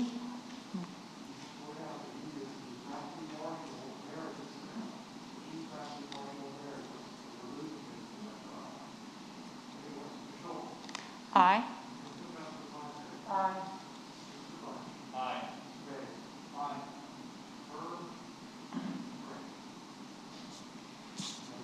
Okay. I have two quick other, very quick items. Is there any discussion anybody would like to bring up? Just quickly wanted to let this committee know that there was there's an ongoing, very good Get Out the Vote initiative, nonpartisan, going on through the Office of Community Engagement.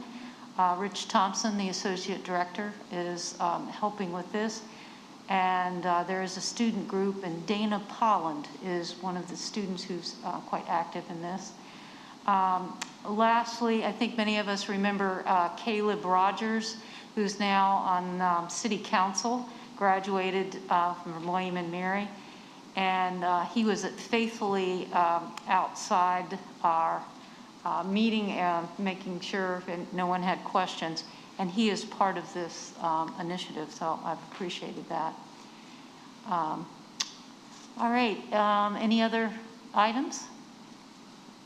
If not, we'll be adjourned. Thank you very, very much.